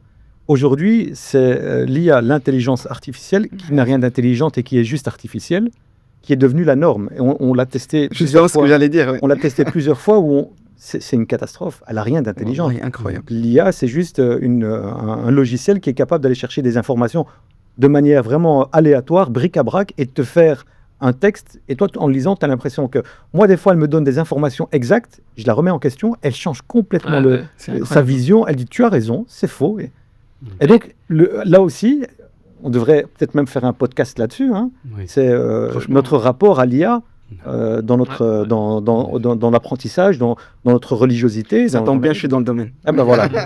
mais le prochain, pour la fin de Ramadan, Inch'Allah. Parce qu'il y a un concept qu'on aborde souvent quand on parle du fiqh islamique ou même dans d'autres mains, c'est ittiba' al-rukhas. C'est le fait d'aller suivre la facilité dans les... donc des gens qui vont chercher, avec une mauvaise intention évidemment derrière, de se dire je vais chercher la vie le plus simple pour essayer de l'adapter, pour me faciliter la vie, je vais chercher et même parfois il y en a qui vont chercher dans les sous-catégories de l'adoration. Je vais dire les conditions du mariage, je vais prendre une condition d'imam Malik, une condition d'imam Shafi'i, une condition d'imam... Au final je me retrouve à faire zina, à dire oui mais j'ai suivi les madahib. Le problème là-dedans, c'est que quand on demande ça à une intelligence artificielle et qu'on ne retourne pas vers les gens de science qu'on est censé retrouver dans les mosquées pour refaire le lien avec notre sujet quand même, c'est que normalement, quand on va à la mosquée, qu'on écoute le dars, alors on a dit qu'il faudrait qu'il y ait plus de doros dans la langue, etc., mais aussi on n'écoutait pas, on a déjà évoqué plusieurs fois dans d'anciens podcasts, la parole de la mère d'Imam Malik lorsqu'elle lui met son imam, alors lui met son turban, elle lui dit va chez Rabi'a et apprends de lui son comportement avant d'apprendre sa science. Et donc, ce côté d'apprendre le comportement de notre professeur, le fait de s'asseoir, de rester près de lui, de voir comment lui se comporte. Moi, je me rappelle un professeur qui me disait, regarde le cheikh, pour ne pas citer Cheikh Marouf, qui me disait, regarde le cheikh quand il n'est pas en train de dire quelque chose. Il est tout le temps en train de faire du zikr ou bien de faire du Coran, etc. Des choses comme ça que parfois on nous donnait. Et je me dis, ah ouais, subhanallah, ajib. Or que si on a ça sur Internet, juste avec quelqu'un face caméra, etc., c'est des choses qu'on ne peut pas, sentir. Le non-verbal ne se transmet qu'en présentiel. Voilà. Et l'éducation, justement, l'éducation tarbiya, le cheikh, Rabbi, il éduque ses élèves, elle passe par le non-verbal. C'est sa prestance, sa posture, si tu veux. Les élèves de l'imam Malik, ils ont appris de ce qu'était l'imam Malik avant d'apprendre de ce que disait l'imam Malik. Mais aujourd'hui, c'est la posture contraire. On va chercher ce que disait l'imam Malik ou X autres imams, mais on ne va pas chercher ce qu'il était, sa manière d'être, sa manière de transmettre, sa manière de comporter, ainsi de suite, son rapport à sa religion. Et ça, il faut s'y préparer, les frères, parce que au plus on va avancer dans le temps, au plus le virtuel va prendre de la place. Oui. Et donc, on va éduquer virtuellement, on va s'éduquer virtuellement et nos enfants vont s'éduquer Je virtuellement. vais juste clôturer, Non, je t'en pour prie. clôturer le point que je disais, hein, parce que Non. Barakallahu fik, c'est exactement ça le danger. C'est ça. Et c'est de dire, comme ça je clôture l'idée que j'avais lancée, c'était de dire ceux qui veulent suivre la facilité, eh bien avec l'IA, ils vont toujours avoir la Ouais. facilité. Parce que l'IA va toujours. En fait, l'IA, qu'est-ce qu'elle veut? Elle veut te satisfaire dans la réponse qu'elle va donner. Donc si tu lui dis, oui, mais est-ce qu'il n'y a pas de divergence sur ce Oui. truc-là? Ah oui, bien sûr qu'il y a divergence. Est-ce que c'est pas mieux de suivre tel avis? Ah oui, effectivement. D'ailleurs, il y en a beaucoup qui ont dit que cet avis a été à Oui. suivre. Et donc tu finis Oui. par faire quoi? Par te retrouver peut-être à faire. À trouver logique, à te mettre des bonnes excuses, à faire des choses, des grands péchés, Bien sûr. à faire C'est une des boucle choses qui sont totalement interdites. Barakallah fik. Je m'excuse, parce qu'en fait, c'est un sujet vraiment pour moi Oui, important bien. Non, parce qu'en fait, pendant que tu parlais, je me disais, il y a 30-40 ans, on avait ce même discours par rapport à ceux qui n'allaient pas au cours et qui étudiaient dans les livres. Mm. Mhm. Donc, il se passait de l'enseignant, il étudiait dans le livre. On disait, Man kana shaykhuhu kitaban fala shaykha lah. Non. Celui dont le cheikh c'est un livre, il n'a pas de cheikh. Aujourd'hui, on pourra dire Man kana shaykhuhu GPT ou comme ça, fala shaykha lah. Tu imagines comme on est en train d'avancer avec le temps et on n'est pas prêt à ça. C'est Le temps incroyable. qu'on se prépare à ça, on sera déjà passé à autre chose. C'est ça. En fait, ce qui est très très inquiétant, c'est que ça amène véritablement toute une jeunesse à se laisser tromper par le contenu qu'elle va trouver religieux qu'elle va trouver sur Internet et à croire qu'elle a atteint une certaine suffisance qui justifie le fait de ne plus se rendre à la mosquée. Sauf qu'en réalité, elle se trompe elle-même. C'est-à-dire que ce jeune-là, en réalité, tout ce qu'il fait, c'est simplement de couper le cordon entre lui et la jama'a. Subhanallah. C'est-à-dire lui, il n'a plus aucun lien avec la jama'a, il n'a plus aucun lien avec le réel.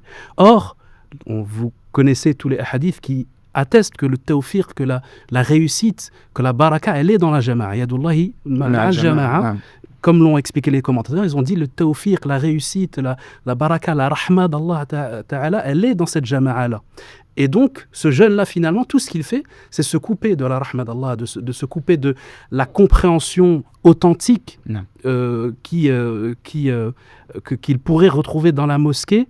Et ceci ne peut que le conduire à sa ruine et à sa perte, très clairement. Et, mashallah, j'aimerais juste partager avec vous aussi une information importante, c'est que Sismaïl Hafdallah, c'est un exemple vivant de personne qui fait aimer aux gens, et surtout aux jeunes, mashallah, aux enfants, la mosquée.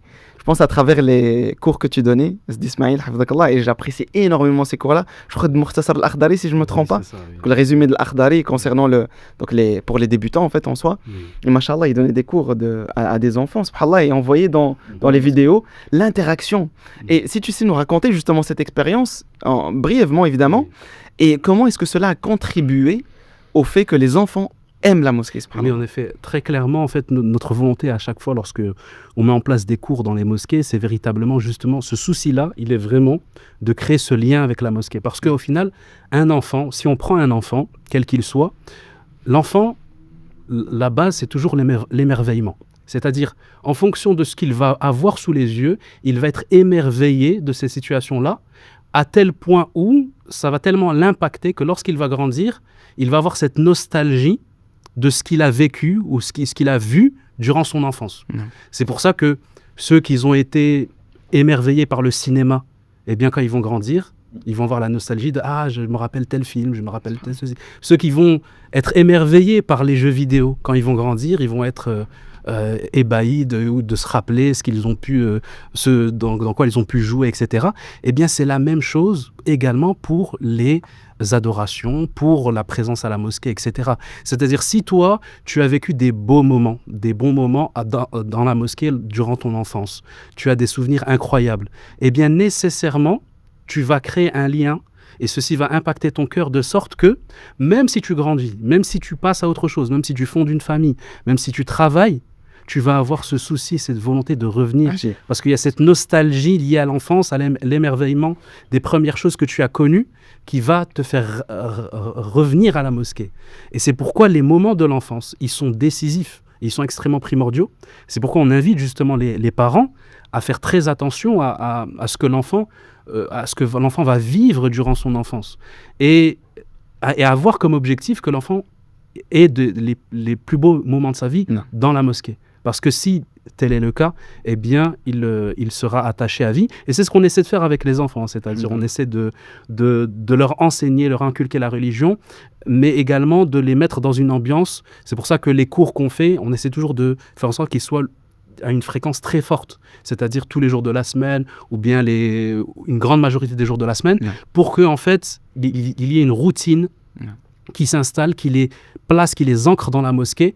Et lorsqu'ils vont grandir, eh bien, ils auront toujours ce souci d'être attachés à la mosquée. Jazakumullah khair. Et ce que tu dis, c'est Ismaël, c'est important parce que ce qu'ils mettent en place pour faire aimer la mosquée à nos enfants, c'est ce qu'il faut mettre en place pour faire aimer le Coran à nos enfants. Exactement. C'est ce qu'il faut mettre en place pour Ça faire marche. aimer le prophète à nos enfants. Et c'est ce qu'il faut mettre en place pour faire aimer Allah à nos enfants. Allah. On appelle ça des hameçons émotionnels. Oui. C'est-à-dire tu vas faire en sorte que l'enfant, il va relier la mosquée avec du bonheur. Il en voudra plus. Oui, tout à Les fait. neuroscientifiques, c'est ce qu'ils expliquent. C'est ça. Faisons en sorte. Alors quand toi, l'enfant, il arrive à la mosquée et on lui crie dessus, il peut rien faire, il peut pas parler. Pour lui, c'est un moment c'est plus un moment terrible qu'autre chose. Rappelle-toi dans le podcast avec le frère Farid Mounir, qui nous expliquait, le frère Farid Hafidahullah, il nous expliquait, il nous disait son premier Jumu'ah, il s'est fait hurler dessus par l'imam de la mosquée parce qu'il avait une chaîne autour du cou pendant la khutbah. T'imagines? Incroyable. Heureusement que lui, Devant tout le monde. voilà, t'imagines. devant tout le monde. Ben, faisons la même chose avec Incroyable. toute chose. Il faut que l'enfant, avec tout ce qui est important pour lui, il crée des liens émotionnels forts. Exact. Oui. Et même si c'est loin de la mosquée, même si c'est loin du Coran, même si c'est loin du prophète, ou peut-être même si c'est loin d'Allah, le fait d'avoir planté ça en lui plus jeune, il y aura un retour. Oui, un retour. Eh ben, wallahi, l'une des actions les plus faciles, et surtout quand tu as un enfant en bas âge, bah, mon cas, walillahi alhamd, donc je prends mon fils avec moi généralement à la mosquée quand c'est possible, par exemple le maghrib ou l'isha le soir, forcément après l'école, et à chaque fois il reçoit des petits bonbons. Voilà. Wallahi, ça fait toute la différence. Tu vois, c'est simple. Il veut comme... retourner ou pas? Oh, bien sûr. En fait, wallahi, wallahi, Allah Azza wa Jal en est témoin. Tu vois, quand je reviens de la mosquée sans l'avoir pris avec moi, il est fâché. Wallah, il est fâché.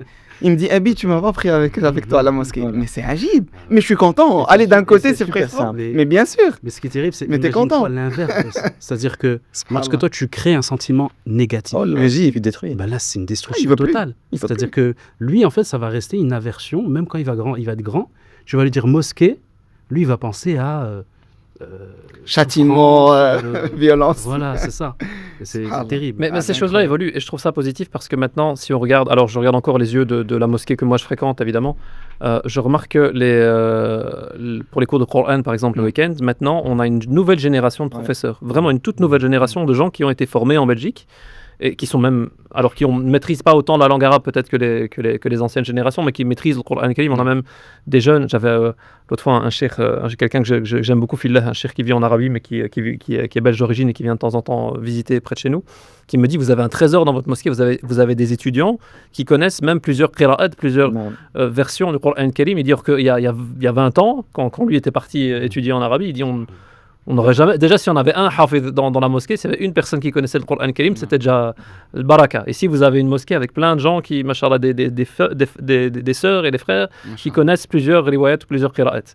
Et en plus de ça, ces jeunes-là donnent maintenant des cours le week-end. Et ils sont entourés évidemment par l'imam, etc. Mais ça donne aussi, je remarque vraiment la différence quand ces cours-là sont donnés sur nos enfants. Parce que moi, j'ai aussi des enfants alors moins bas âge que toi, mais par exemple, ma plus petite fille et même mes deux filles sont très impactées par leur professeur. Et comme ce sont des sœurs qui sont nées ici et qui ont appris à la mosquée ici, eh bien, elles ont cette façon de penser, cet amour. C'est le même mindset. Les codes. Voilà. Et du coup, mais moi j'aime beaucoup quand je vois mes filles qui jouent à la maison. Quand ma fille était encore en Qaïda Nouraniya, elle mettait des poupées et elle le disait allez, Alif, elle commençait. Surtout, Philippe, que la concurrence est rude. Ah ouais. La concurrence, c'est quoi? C'est le divertissement, c'est le haram. Ouais. Elle est rude. Elle est méga présente. Nos enfants, ils se sentent très bien dans ces lieux de haram. Alors si nous, parce qu'on arrive à les amener à la mosquée, on n'arrive pas à leur faire aimer la mosquée, on ne fait pas en sorte que la mosquée, pour eux, ce soit un moment où le cerveau produit de la dopamine tellement il est bien, on a raté notre mission sur Terre. Il est où le fait qu'on soit des bergers responsables de notre troupeau? Le kumra'in. Si on n'arrive pas à faire ce travail-là, très bien, ça ne se fait pas dans la mosquée de ton quartier, ta responsabilité va te pousser ou bien à t'engager dans la mosquée et changer les choses, ou à faire en sorte de prendre ton enfant dans un autre lieu de culte. Mais il doit être connecté au lieu de culte. Et le fait que la mosquée, parce qu'on en a parlé là tout à l'heure, et j'ai dit des choses un peu dures sur les mosquées, le fait que ta mosquée ne réponde pas aux critères d'une mosquée épanouie, change de lieu. Va ailleurs, ne laisse pas. Ton enfant, quand il va au foot, si ça se passe mal au foot avec son coach ou quoi que ce soit, ou avec les autres, tu fais quoi? Bah, tu le changes de club. Faisons la même chose. C'est clair? Et il Oui, bien sûr. faut pas hésiter aussi à aller à challenger, à aller voir les responsables de mosquées Ouais. avec bienveillance. Il ne s'agit pas d'aller casser les vitres des mosquées non plus, hein. Mais si on voit qu'il y a des choses qui ne vont pas, d'aller voir avec bienveillance. Et parce qu'il faut dire aussi il y a beaucoup de mosquées qui demandent aussi des gens pour aider Et qui n'en trouvent pas. et qui n'en trouvent pas. C'est Ouais. très facile de dire je vais aider dans une mosquée. Et je suis bien placé pour le dire parce que j'ai travaillé plusieurs années chez nous à la mosquée en tant que responsable de la mosquée. Mais ça demande énormément de temps. Et c'est vraiment une amana de se dire je vais être là. Allez, on est dans le mois de Ramadan. Je me rappelle une petite anecdote bizarre. L'époque où je m'occupais à la mosquée, on était donc ceux de l'Ejna, on était ceux de l'administration de la mosquée. On s'était dit bien, on doit tous être là à partir du moment du début de Tarawih jusqu'à ce que la dernière personne soit sortie après Tarawih. Et à Al-Fajr, on doit être de retour Pendant 30 jours. pendant 30 jours. Et c'était à l'époque où La nuit était très courte. les nuits étaient courtes. Et je me rappelle, c'était un des jours où j'ai le moins dormi de ma vie. Il y a même un jour, c'est pour ça l'anecdote un peu bizarre, et même un jour où je suis rentré à la maison, j'ai mangé, mais on priait 40 minutes après. Ben, dans ces 40 minutes, je me suis levé comme un zombie, et j'ai mis des céréales dans une bouteille dans une bouteille d'eau, j'ai fait somnambule. J'ai mis des céréales dans une bouteille d'eau. Ma femme, le matin, elle m'a dit, mais qu'est-ce que... Il y avait plein d'eau, il y avait des céréales partout. Elle me dit, je sais pas, moi je dis, je sais pas. Elle me dit, c'est toi qui as fait ça. J'ai fait ça comme un somnambule. Ah ouais. Mais pour dire que, voilà, ça demande une énergie, vraiment, vraiment une très grande énergie et une grande implication. Et on a beaucoup de gens aussi, hein, pour un peu balancer dans l'autre sens maintenant, parce on a beaucoup de gens aussi qui disent, oui, oui, moi je veux aider à la mosquée. Et quand on leur dit, ok, viens, bah, tu dois être là tous les samedis, de 9 à 17, ou de 9 à midi, ou de 1. Alors, une fois, deux fois, il va venir, trois fois, et puis après... Surtout s'il n'est pas rémunéré. Alors, si on sait rémunérer les gens, c'est mieux. Mais quand on sait si on ne sont pas rémunérés, bien alors parfois, je veux dire, la patience redescend très vite. Et donc, il ne faut pas négliger. Donc, si vous avez des remarques, allez les faire, allez parler avec eux. Vous allez peut-être revoir votre position et peut-être vous serez demain des gens qui allaient aider aussi à la mosquée. Jazakallah khair. Mais j'aimerais peut-être poser la question aussi suivante à mon frère Ismaël Hafzahullah concernant la mosquée pour les frères et les sœurs. Donc, Oui. islamiquement parlant, on sait évidemment que les 5 prières sont obligatoires, évidemment pour tout un musulman, mais pour les frères à la mosquée, puis pour les sœurs, est-ce qu'elles sont obligées d'aller à la mosquée ou bien... Alors oui, en effet, il y a une différence en termes de jugement Ouais. juridique. Il y a une différence puisque pour les hommes, la prière à la mosquée en groupe est une sunna. En tout cas, chez les différentes écoles juridiques, c'est le cas. Les seuls qui donnent un avis différent, c'est les zahirites, qui eux considèrent que c'est même obligatoire. Donc quand on dit une sunna, évidemment, ça n'est pas une sunna légère, mais c'est véritablement une vive recommandation à tel point où eh bien, les sahaba considéraient que celui qui ne vient pas à la mosquée en groupe, ils le considèrent comme étant un munafiq. Pour eux, en fait, les seuls qui refusaient de venir à la mosquée pour faire la prière en groupe en jama'a, c'était les munafiqines de Médine. Donc, véritablement, ils avaient une très mauvaise image du musulman qui se refusait par paresse ou autre de se rendre à la mosquée.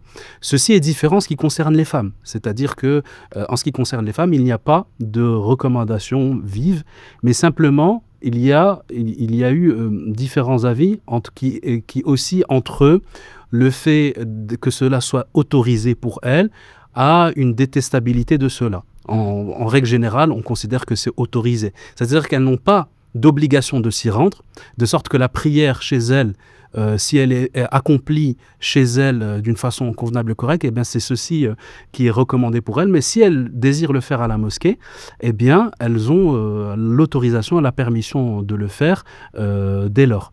Et c'est ce qui d'ailleurs est assez triste, puisque très souvent il y a une grande difficulté pour les sœurs de se rendre à la mosquée. Et le problème, c'est qu'on ne peut pas se fonder sur cet avis juridique de dire pour vous les femmes c'est juste autorisé, vous n'avez pas à aller à la mosquée. On ne peut pas se fonder parce qu'on habite dans des pays qui ne sont pas musulmans. On a des sœurs parfois qui sont de passage, etc., ou bien qui sont avec leur mari ou en voyage ou ce genre de choses. Elles aimeraient simplement faire la prière pour pouvoir repartir. Et le souci, c'est que là, on les empêche carrément de faire la prière à l'heure. Parce que si elles ne sont pas chez elles et qu'elles ont cette nécessité de faire la prière à l'heure, sans quoi l'heure de la prière va passer, eh bien là, c'est véritablement une injustice vis-à-vis d'elles. Il faut que les mosquées, elles assurent leur rôle de permettre à tout un chacun de faire sa prière, surtout compte tenu des difficultés que l'on a, ne serait-ce que pour la réaliser à l'heure dans nos pays. Et clairement, c'est une des choses, en effet, où il y a un besoin de réforme, très clairement. Parce que, et c'est une des raisons qui explique le fait qu'il y a une déconnexion avec la mosquée, c'est parce qu'aujourd'hui, encore trop souvent, malheureusement, on voit la mosquée, on la réduit à un lieu de prière. Oui. À partir du moment où c'est un lieu de prière, la femme, il est préférable pour te prier à la maison. Voilà. Mais la mosquée n'est pas qu'un lieu de prière. On a dit c'est un centre de vie, c'est un centre de formation, c'est un centre éducationnel, c'est un centre de partage, d'échange, ainsi de suite. Nos sœurs, elles doivent avoir toute leur place dans nos mosquées. Et bien au contraire, lorsqu'on travaille dans la prédication, lorsqu'on donne des cours et des conférences, celles qui sont les plus nombreuses et qui sont les plus actives, c'est nos sœurs. Mais si tu veux, la dynamique, on l'empêche d'entrer dans la mosquée, t'étonnes pas qu'après que la mosquée, elle tourne pas. Donnons à nos sœurs la place qu'elles méritent amplement dans la mosquée, toute la place qu'elles méritent, et tu verras que la mosquée elle se transformera et ça deviendra vraiment un lieu de vie, un lieu qui va produire, qui va éduquer, qui va transformer les cœurs et les âmes. Aujourd'hui, c'est pas ce qu'on a. Il y a une semaine, je me suis retrouvé dans une mosquée et comme tu as dit, c'était deux sœurs, deux étudiantes qui voulaient faire la prière. La porte de la mosquée des femmes était fermée. Alors moi, je me suis dit, je vais aller discuter avec les responsables pour qu'on leur permette au moins d'entrer prier dans la salle des hommes, derrière. Parce qu'à l'époque du prophète, les femmes et les hommes n'étaient pas séparés. Exact. Dans le logiciel des responsables, c'était inimaginable. Donc, ils leur ont refusé. Et c'était à moi, qui n'étais pas de cette mosquée-là, qui devait dire à ses sœurs, l'accès vous est refusé. Tu imagines les égards? Ces sœurs-là, c'est incroyable. quelle est l'image? Voilà, c'est une injustice. Et après, tu as quoi? Après, ces petites sœurs-là, elles vont entendre un discours dans les médias que l'islam est misogyne, paternaliste. Voilà, en fait, on leur donne le bâton, vite auquel nous vont frapper. Et tu sais, par rapport aux sœurs, j'avais entendu une belle parole dernièrement, je crois que c'est Dr Karim Helmi, si je ne me trompe pas sur son nom, qui expliquait ça, parce qu'il explique donc le fait, effectivement, qu'on ne peut pas interdire aux femmes d'aller à la mosquée, mais qu'il est meilleur de prier chez elles. Il parlait spécifiquement de ce mois de Ramadan. Il disait, mais les sœurs parce que nous, notre travail, nous qui travaillons, les hommes, on a notre travail en général en dehors de la maison. Et alors on dit souvent, non, quand vous travaillez, vous devez trouver un moment pour faire votre prière avec khushu', avec présence, avec le hudur, etc. De la même façon, il disait, je trouvais ça une belle parole, il dit, de la même façon, les sœurs, c'est recommandé pour elles de prier à la maison, mais si chez elles à la maison, il y a trop de pression, parce que spécifiquement dans ce mois de Ramadan, parfois les maris ou les foyers ou les enfants attendent trop de leur mère. Ouais. C'est-à-dire qu'elle doit faire à manger, elle doit nettoyer, elle doit s'occuper des enfants. Eh bien, il faut profiter aussi de ce mois de Ramadan, même si c'est une sœur, d'aller à la mosquée quand même. Parce que ça peut être même plus recommandé pour elle, disait-il, d'aller à la mosquée à ce moment-là, parce qu'elle va trouver un moment où elle va trouver cette séparation entre dunya et l'akhira. Et là, on revient au podcast la semaine passée, le khalwa, cet isolement avec Allah Azza wa Jal, qu'elle ne trouve pas à la maison, parce qu'à la maison, il y a la pression il faut faire à manger, il faut s'occuper des enfants, il faut ceci, il faut cela. Et donc, laisser aussi les sœurs d'aller prier à la mosquée, ça peut être aussi un plus certainement pour elles. Et les sœurs qui ont la capacité de le faire spécifiquement dans ce mois de Ramadan, qu'elles le fassent aussi. À l'époque, il y a 50 ans, 60 ans, de nos grands-parents et nos parents, la femme était cloîtrée chez elle. Elle ne sortait qu'à certaines occasions. Donc lui dire que prier chez toi est meilleur que de prier à la mosquée, c'était compréhensible pour ces sœurs-là, pour ces mamans-là. Aujourd'hui, nos sœurs, nos épouses, nos filles, elles vont à la fac. Elles suivent des formations, elles sont surdiplômées, elles passent quasi toute la journée à l'extérieur. Elles travaillent. Et puis tu lui refuses l'accès à la mosquée. Mais c'est un message destructeur qu'on leur envoie. Donc elle a accès à son lieu de travail, elle a accès à la salle de cinéma, elle a accès à tout. Tu la laisses même, le papa il laisse sa fille partir en voyage à l'étranger seule. Là, non, tu vas pas à la mosquée. Parce que la prière à la mosquée, à la maison pour toi est meilleure. Alors je dis pas que la prière n'est pas meilleure pour elle, mais il faut trouver un juste milieu. Exact. Autant moi je m'épanouis dans la maison d'Allah qui est un sanctuaire sacré, autant je suis certain que nos sœurs ont envie de se retrouver dans la maison d'Allah. C'est ça. Mais justement, c'est ce que j'avais envie de poser comme question à mon frère Ismaël. Concernant la récompense, parce qu'il y a aussi des sœurs qui se posent la question, ok, moi je prie à la maison, parce que je suis conscient du fait que c'est recommandé, Mais en termes de récompense, parce qu'on sait que les frères, lorsqu'ils prient à la mosquée, ils ont 27 degrés en plus. Mais du coup, qu'en est-il des sœurs, justement? Ben, en effet, en ce qui concerne la récompense, le fait, ça va dépendre évidemment de l'avis qui est suivi, puisque chez certains savants, ils considèrent même qu'il n'y a pas lieu à ce qu'un groupe de femmes se forme pour effectuer la prière en groupe. Mais dès lors, à partir du moment où la prière elle est faite à la maison par une femme, eh bien sa prière, elle a une récompense qui lui est propre et qui peut largement dépasser les 27, les 27 exactement. Ça c'est clair. Maintenant, effectivement, en fait, ça va dépendre de l'avis qui suit, parce que selon d'autres savants et d'autres écoles, il est permis à la femme d'effectuer une jama'a chez elle. Donc à partir de, c'est la raison pour laquelle certaines sahabiyettes effectuaient une jama'a dans leur maison avec les différentes servantes, etc. Ils faisaient une jama'a en ce sens. Mais en effet, il n'y a pas lieu à ce que la femme participe à la jama'a pour obtenir la même récompense, si ce n'est voire même plus. Donc là, on est véritablement dans de l'autorisation. C'est vraiment, dans tous les cas, la récompense, alhamdoulilah, de la femme, en l'occurrence, elle est garantie à ce niveau-là. C'est ça, là, véritablement, c'est une question d'accessibilité à la prière. Et clairement, il faut prendre en considération les circonstances dans lesquelles nous sommes. C'est-à-dire que, en effet, il y a plusieurs hadiths. On a le hadith rapporté par Aïcha dans lequel le prophète sallallahu alayhi wa sallam dit « N'interdisez pas aux servants d'Allah de se rendre à la mosquée ». Et justement, c'est ce hadith-là qui énonce clairement l'autorisation. Maintenant, d'autres pourraient rétorquer « Oui, mais il y a des hadiths de Aïcha dans lesquels elle dit que si il savait ce que les femmes faisaient à telle époque, eh bien, il leur aurait interdit de s'y rendre. » Mais ce que dit Aïcha ici, radiyallahu anha, c'est quelque chose de totalement circonstancié. C'est-à-dire que ça dépend d'un contexte, à une époque donnée, dans des conditions, d'un environnement donné. Ici, est-ce que c'est le même environnement? Non, ce n'est pas le même environnement. Il y a d'autres facteurs à prendre en considération. Ici, ta prière, tu sais que tu as un temps pour la faire. On vit dans des grandes villes, etc. Rien que pour se rendre d'un point A à un point B, c'est compliqué. À chaque fois, tu es en stress, tu as peur que la prière, elle va passer. On n'habite pas dans un village, on n'est pas dans le même contexte. À partir de là, quand tu sais qu'il y a des musulmans, ils peuvent rater la prière en se rendant d'un endroit A à un endroit B, il faut que la mosquée, elle joue son rôle. Le premier rôle de la mosquée, c'est masjid, c'est un lieu de prosternation, tu fais la prière. Et même ce rôle-là, tu n'es même pas capable de le garantir pour l'ensemble des musulmans et des musulmanes. Alors que tu sais très bien que c'est un pays où c'est des pays sécularisés, où quand tu pries dehors comme ça en pleine rue, ça a des conséquences. Tu peux pas faire comme si on vivait tous dans le même village au bled au Maroc ou je ne sais où. Très pertinent.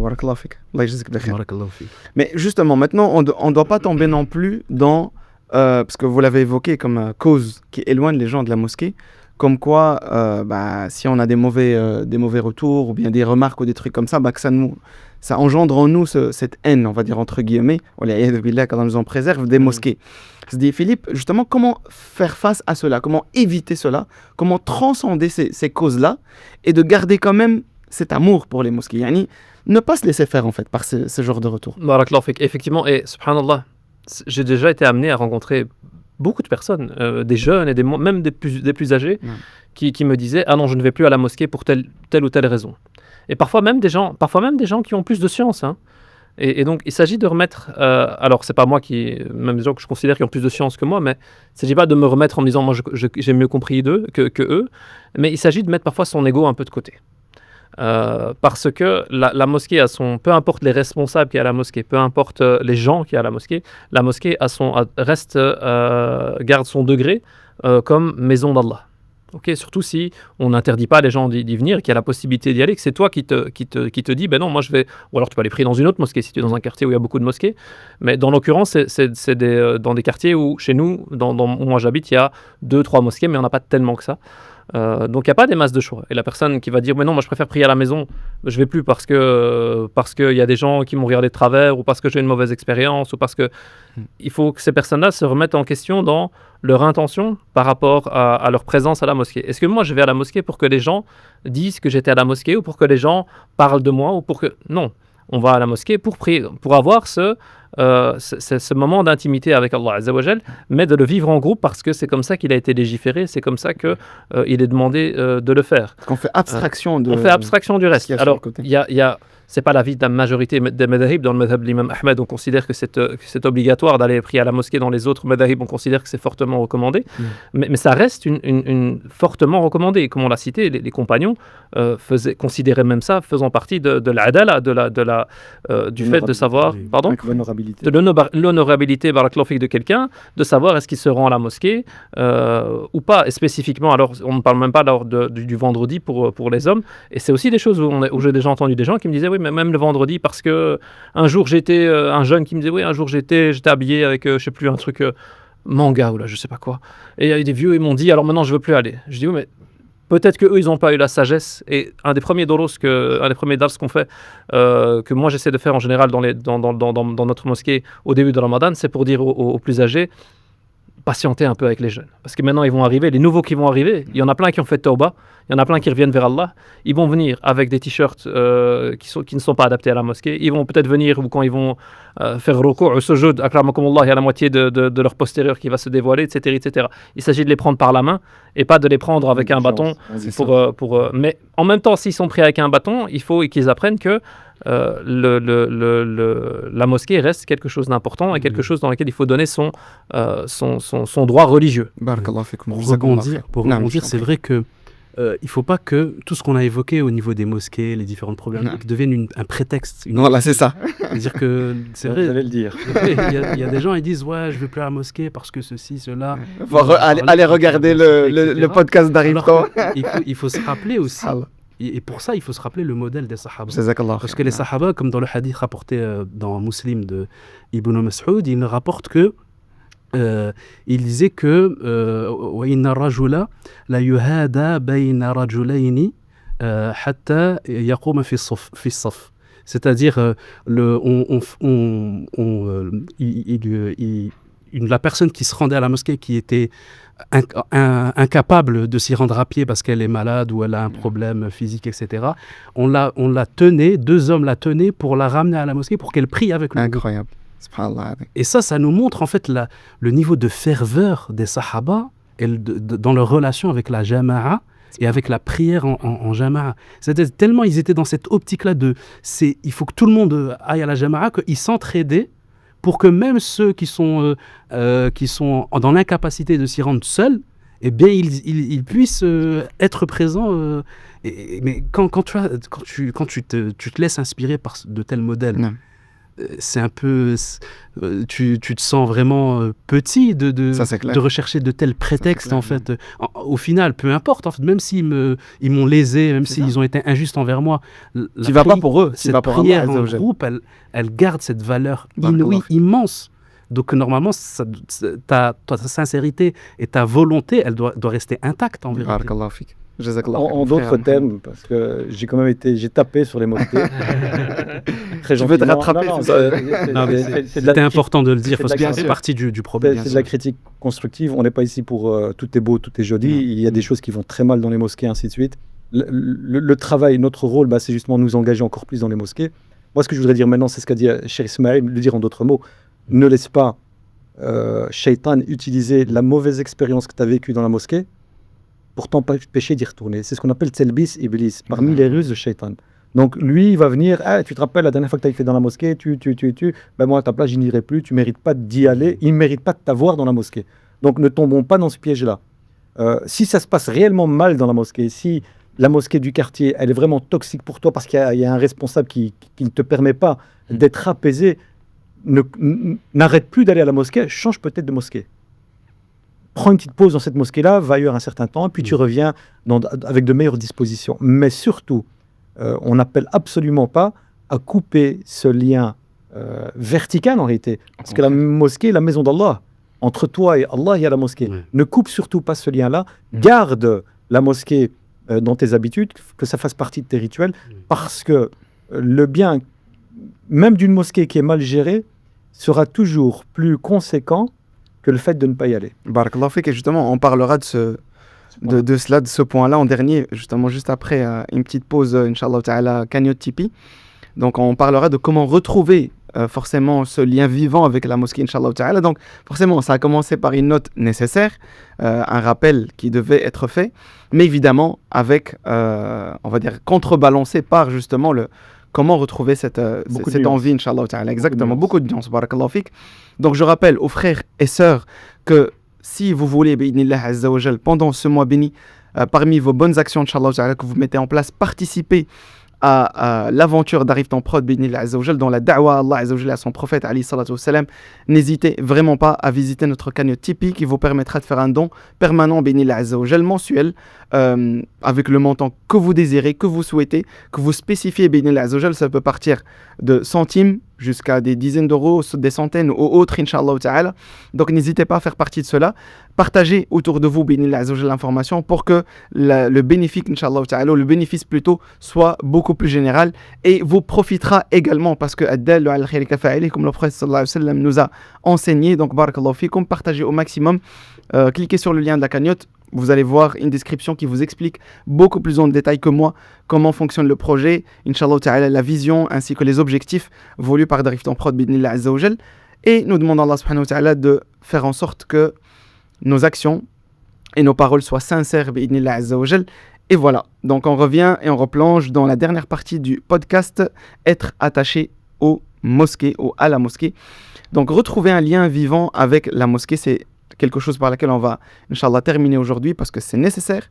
Il y en a malheureusement qui par manque de temps, puis par manque de spiritualité aussi, donc de foi, malheureusement, ils se sentent un peu, on va dire, allez, pas incapables, mais plutôt non méritoires, en fait, d'aller à la mosquée parce qu'ils se disent, moi je ne mérite pas quelqu'un comme moi qui a une faiblesse dans le din, etc. Ben, on va en parler justement avec le frère Mohamed notamment, qui se disent, voilà, comment est-ce que moi je pourrais retrouver ce lien?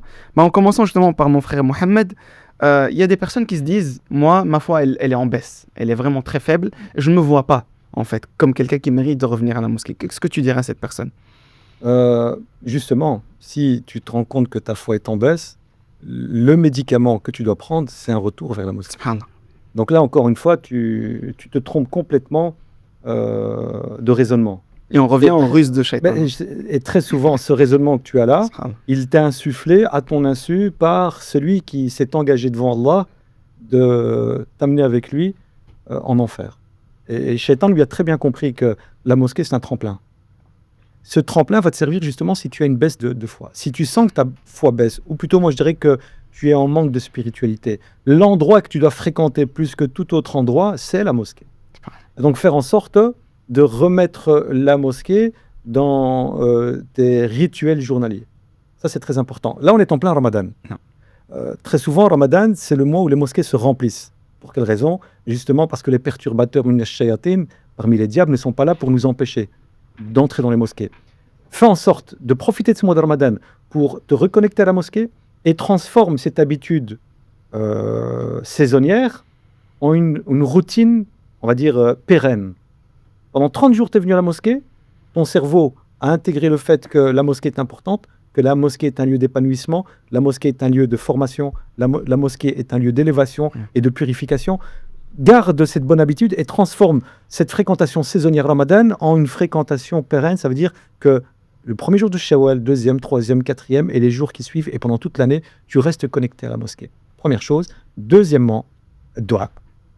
Parce que quel que soit l'effort que tu vas faire, s'il n'est pas accompagné par, on va dire, l'agrément divin, par la volonté divine, invoque Allah Azza wa Jalla de faire en sorte que les mosquées deviennent les endroits qui te seront les plus aimés. Invoque Allah, implore-le. On a parlé dans le podcast précédent de s'isoler avec Allah. Pendant tes moments d'intimité avec Allah, lorsque tu implores Allah et ne te gêne absolument pas parce qu'Allah est prêt à tout exaucer, demande-lui de faire en sorte que la mosquée, que ton cœur soit connecté à la mosquée, que tu fasses partie d'une de ces 7 catégories qui seront sous l'ombre du trône d'Allah le jour du jugement dernier. Donc c'est vraiment, il y a un travail à faire. Et ce travail, c'est toi qui fais le premier pas. Tu fais l'effort, ensuite Allah t'enverra le soutien. Il fera en sorte que tu te connectes. Mais le premier pas, la connexion, la toute première connexion, c'est à toi de la faire. Barakallah fik, Sidi Mohamed, jazakallah Et khair. Ramadan est le mois par excellence pour le faire. Allah jazakallah khair. Je sais pas si tu voulais rebondir, Ismaël. Oui, j'aimerais rebondir en effet parce que finalement, quand on regarde dans le Coran, on constate que à chaque fois qu'Allah Ta'ala évoque les bienfaits ou bien les mérites de la mosquée, eh bien, il en parle par rapport aux gens de la mosquée. C'est-à-dire que, par exemple, dans le verset « La masjidun ussisa ala taqwa min awwali yawmin ahaqqu an taquma fihi rijalun yuhibbuna an yatatahharu » c'est-à-dire une mosquée qui est fondée sur la taqwa et sur la piété depuis son premier jour est plus en droit que tu y ailles et que tu t'y trouves. Il y a en son sein des hommes qui aiment se purifier. Donc, il fait le lien par rapport aux gens de la mosquée. Dans l'autre verset, Fi buyutin adina Allahu an turfa'a wa yuzkara fiha ismuhu, dans les maisons d'Allah, dans lesquelles eh bien, les hommes ont en tout cas dans les maisons d'Allah, juste après dans le verset, je vais éviter parce que je ne sais plus trop comment traduire le verset malheureusement, mais en tout cas juste après il dit rijalun la tulihim tijaratun wala bay'un an dhikrillah. Des hommes, en tout cas des hommes s'y trouvent dans ces mosquées ou bien qui sont en lien avec cette mosquée, qui ne sont pas divertis par un quelconque commerce ou par une quelconque vente, et ils ne sont pas détournés de l'évocation d'Allah Azza wa Jal. Donc on voit que c'est toujours en lien avec des hommes, c'est-à-dire si toi tu veux changer, si toi tu veux devenir un homme pieux, eh bien tu dois te rendre dans les lieux où se trouvent les hommes pieux, les gens pieux, comme énoncé dans les versets. Il y a l'autre verset également dans lequel que tu as récité au début de cette c'est-à-dire ceux qui justement peuplent les mosquées d'Allah sont ceux qui ont cru, ceux qui etc. Et il évoque justement les qualités de ces hommes-là. Pourquoi ? Pour que toi qui désires faire partie de ces gens-là, si tu veux faire partie de ces gens-là, tu dois te lier à ces gens-là. Et tu ne les trouveras que dans les meilleurs lieux, ceux qui sont peuplés par les meilleurs êtres. Et justement, c'est ça qui doit nous inciter justement à ce qu'elle Mais dit. tu sais, subhanallah, tu me rappelles quelque chose de très important, c'est sohba. En fait, la compagnie, la bonne compagnie. Parce que beaucoup de parents, moi qui avais donné cours d'arabe à l'époque, dans une école arabe, du coup, le week-end, beaucoup de parents se posaient la question. Ils venaient, ils disaient, Mouallim, comment est-ce que je pourrais trouver une bonne compagnie à mon fils ou à ma fille ? Subhanallah adim, la mosquée. Oui, exactement. En fait, c'est très simple, la mosquée. Les enfants ou les jeunes qui vont en fait fréquenter la mosquée, bi'idnillah, on pense d'eux du bien. Donc, on a une bonne opinion de ces gens-là, comme quoi, justement, ils rentrent dans le verset. Alladhina amanu. Donc, ceux qui ont un minimum de croyance envers Allah Azza wa Jal, ceux qui ont une foi, on va dire, au moins suffisante pour être dans la droiture, etc. C'est dans ces endroits-là qu'on doit trouver. C'est comme finalement, ces endroits-là, c'est comme un filtre. C'est-à-dire que ces endroits-là vont éloigner tous les shayatins et toutes les personnes qui sont loin de la religion ou qui sont néfastes ou mauvais pour moi. Exact. Eh bien, la mosquée agit comme un filtre. Ces gens-là qui sont mauvais refuseront de rester à la mosquée, ne voudront pas y aller à la mosquée. Et donc, c'est l'endroit où tu as le plus grand pourcentage de chance, entre guillemets, de te retrouver avec des gens sincères, avec des gens désireux de l'agrément d'Allah, Azza wa Jal, etc. Et bien, c'est avec ces gens-là que tu dois te lier. Peu importe, c'est vrai qu'on a cité beaucoup de problèmes, etc.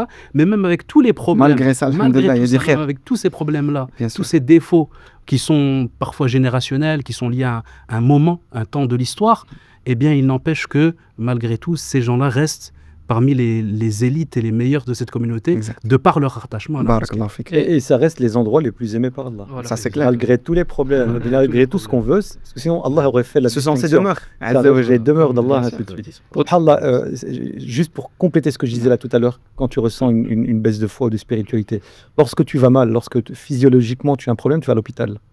Et tu es traité par les médecins, par les hôpitaux. Lorsque ton cœur va mal, l'hôpital du cœur, le dispensaire du cœur, c'est la mosquée. Exactement. Va traiter ton cœur dans la mosquée. La mosquée, c'est l'école du cœur. Et pour revenir sur Husn Sohba, la bonne compagnie, on a remarqué chez nous dans notre mosquée qu'on a, alhamdoulilah, Allah Azza wa Jalla a permis par sa volonté et ensuite de par l'effort de notre imam et de différentes personnes, qu'on ait beaucoup de jeunes qui aient terminé le Coran Karim même dans des jeunes âges. Je pense l'avoir déjà évoqué dans un podcast précédent. Moi, une des choses qui m'a choqué quand je suis arrivé chez moi, choqué positivement quand je suis arrivé chez moi à la mosquée, c'était un jeune de 12 ans qui était Hafiz Coran, qui récitait à Tarawih avec une voix tremblante. Cette génération-là, vraiment, en plus cette génération-là était la première génération, c'était une quinzaine d'années, c'était la première génération de jeunes qui avaient terminé le Coran comme ça à un jeune âge. Et quand je me renseignais au début justement de savoir mais comment ça se fait que vous avez réussi à créer ça, à créer cette génération après, au-delà du tawfiq d'Allah Azza wa Jal, bien sûr. Et il me disait, en fait, il y a entre eux, il y a cette moussabaqa comme ça. Ils ont cette concurrence saine de vouloir apprendre, pas que l'autre ne fasse moins bien, mais ils veulent, t'as fait 4 pages cette semaine, moi je vais faire 5 pages. Etc. Et ils avançaient comme ça. Et du coup, on a eu vraiment, machallah, une génération, et je ne sais pas si on aura encore une génération aussi dorée que celle-là, mais il y en a encore, alhamdoulilah, qui vraiment se mettaient ces objectifs d'apprentissage et qui après ont appris, on a amené des méchaïrs après, qui leur ont donné des cours et ils continuaient à apprendre comme ça. Ils ont appris des moutounes, ils ont appris des riwayats de Coran, ils ont appris, subhanallah azza wa jal, ils ont vraiment, ils sont vraiment montés comme ça et par cette connexion qu'ils avaient entre eux à la mosquée. Et cette bonne fréquentation. Donne-nous le nom et l'adresse de ta mosquée, parce que j'ai envie d'y aller maintenant. Tout à l'heure, on va y aller. C'est la mosquée Philippe, c'est ça? Non, Philippe que. Mais c'est ça, Sadkom. C'est le principe de wata'awanu ala al-birri wa at-taqwa. Entraidez-vous dans la bienfaisance et dans la piété. C'est le principe de al-mar'u ala dini khalili, l'homme est à l'image de ce mode de vie ou selon la religion, le mode de vie de son compagnon, qu'il regarde qui est-ce qu'il l'accompagne, qui est-ce qu'il fréquente. Et bien finalement tous ces hadiths-là confirment la nécessité de garder ce lien avec les gens de la mosquée. Exact. Barakallahu fikum, jazakumullahu khair. On arrive vraiment à la fin du podcast, mais avant de terminer, mon frère Philippe, justement, le fait de prier à la maison et le fait de prier à la mosquée, c'est forcément différent. Donc comment, aujourd'hui, en tant que croyant, on peut transformer la prière à la mosquée on va dire, un moment de réforme intérieure, mais vraiment ressentir la différence. En fait, j'aimerais que les frères aujourd'hui et les sœurs se disent c'est différent. Donc quand je prie à la maison, ce n'est pas la même chose que quand je vais à la mosquée. Et comment faire en sorte que ça soit spécial, justement, alors, prier à la mosquée? Je pense que ça l'est déjà. Parce que je pense que quand on voit maintenant, dans la période de Ramadan, les gens qui viennent à la mosquée, ils ont ce côté-là parce que c'est Ramadan. Là où ça devient le défi, c'est de le garder en dehors de Ramadan. Ou peut-être, et spécifiquement juste après. Parce que maintenant, on va prier l'Isha à la mosquée, il y a des centaines de personnes. L'imam va réciter, on a réglé même les baffles dans les mosquées, on a les ingénieurs du son qui sont venus régler, il y a du reverb dans la qira'a de l'imam, voilà, tout est fait pour que quand on écoute la lecture, on se dise waouh. Le problème va être après, c'est qu'une fois qu'on a fini le mois de Ramadan, de garder ce lien et de garder cette motivation, parce que même si on revient parfois et qu'on voit que en fait, il n'y a plus autant d'engouement, il n'y a plus autant de monde, les gens ne se regardent plus, etc. De garder son intention pour Allah Azza wa Jal et de garder en tête que c'est un acte, s'il n'est pas obligatoire à tout homme, en tout cas qui est très fortement recommandé d'y aller.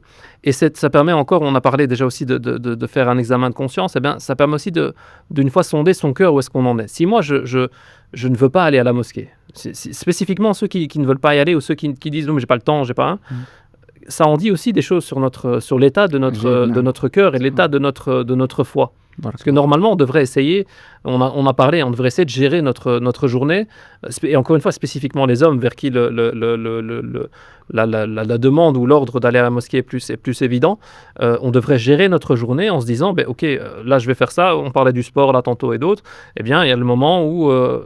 si j'ai du sport spécifiquement, des sports qui ne sont pas, qui sont des loisirs, moi je vais faire parfois avec des amis du paddle ou des choses comme ça où on bloque des heures, essayons de bloquer des heures à des moments où c'est pas des heures de la mosquée, essayons on fait du foot, comme tu l'as dit, pas du foot tous les jours, à tout le temps, mais ou essayer de se dire, Ikhwan, regardez, vous avez bloqué ça, je sais pas moi, à 19h30, évidemment en dehors du mois de Ramadan, vous avez bloqué ça à 19h30, c'est pile l'heure où on va aller prier, mettons ça à 20h30, je sais pas, etc., afin de garder ce lien et de mettre, en fait c'est une histoire de priorité, de mettre une priorité dans notre vie et de se dire, parmi les priorités évidemment il y a mes 5 prières, et puis parmi mes priorités aussi de se dire, je vais essayer de les faire le plus possible à la mosquée si mon organisation personnelle me le permet, mais je vais au moins essayer d'arranger mon organisation autour de ça. Jazakumullahu khair. En tout cas, impeccable. Je vous remercie du fond du cœur vraiment pour ce podcast, machallah, qui était plus que nécessaire, parce que voilà, la mosquée, ça reste quand même une place centrale dans notre religion, et nous demandons à Allah subhanahu wa ta'ala de nous compter parmi ceux, justement, dont les cœurs sont attachés aux mosquées. Ya Rabbal Alamin. Enfin voilà, donc pour moi c'est fait. Alhamdulillah Rabbil Alamin. Il nous en reste encore un, Inch'Allah, pour cette série de podcasts ramadanesques, Inch'Allah Ta'ala, qui arrivera la semaine prochaine du coup.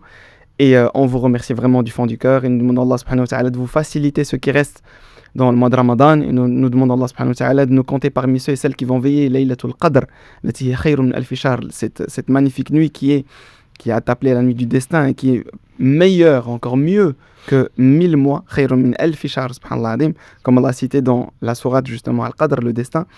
Enfin, nous demandons Allah subhanahu wa ta'ala de nous faciliter cela, soyez parmi les gens qui donnent, soyez parmi les gens qui sont bienveillants vis-à-vis des musulmans et des non-musulmans, parce que comme l'a cité encore plusieurs fois mon frère Mohamed Hamdallah et tous les intervenants qui vous le rappellent, eh bien, faites en sorte que ce ramadan soit béni et pour vous, et pour ceux qui vous entourent, parce que c'est vraiment très important, barakallahu fikum. Encore une fois, j'en profite pour rappeler que voilà, les mosquées, eh bien, c'est des lieux certes qui sont mubarak, qui sont bénis par Allah subhanahu wa ta'ala, c'est les demeures d'Allah azza wa jal.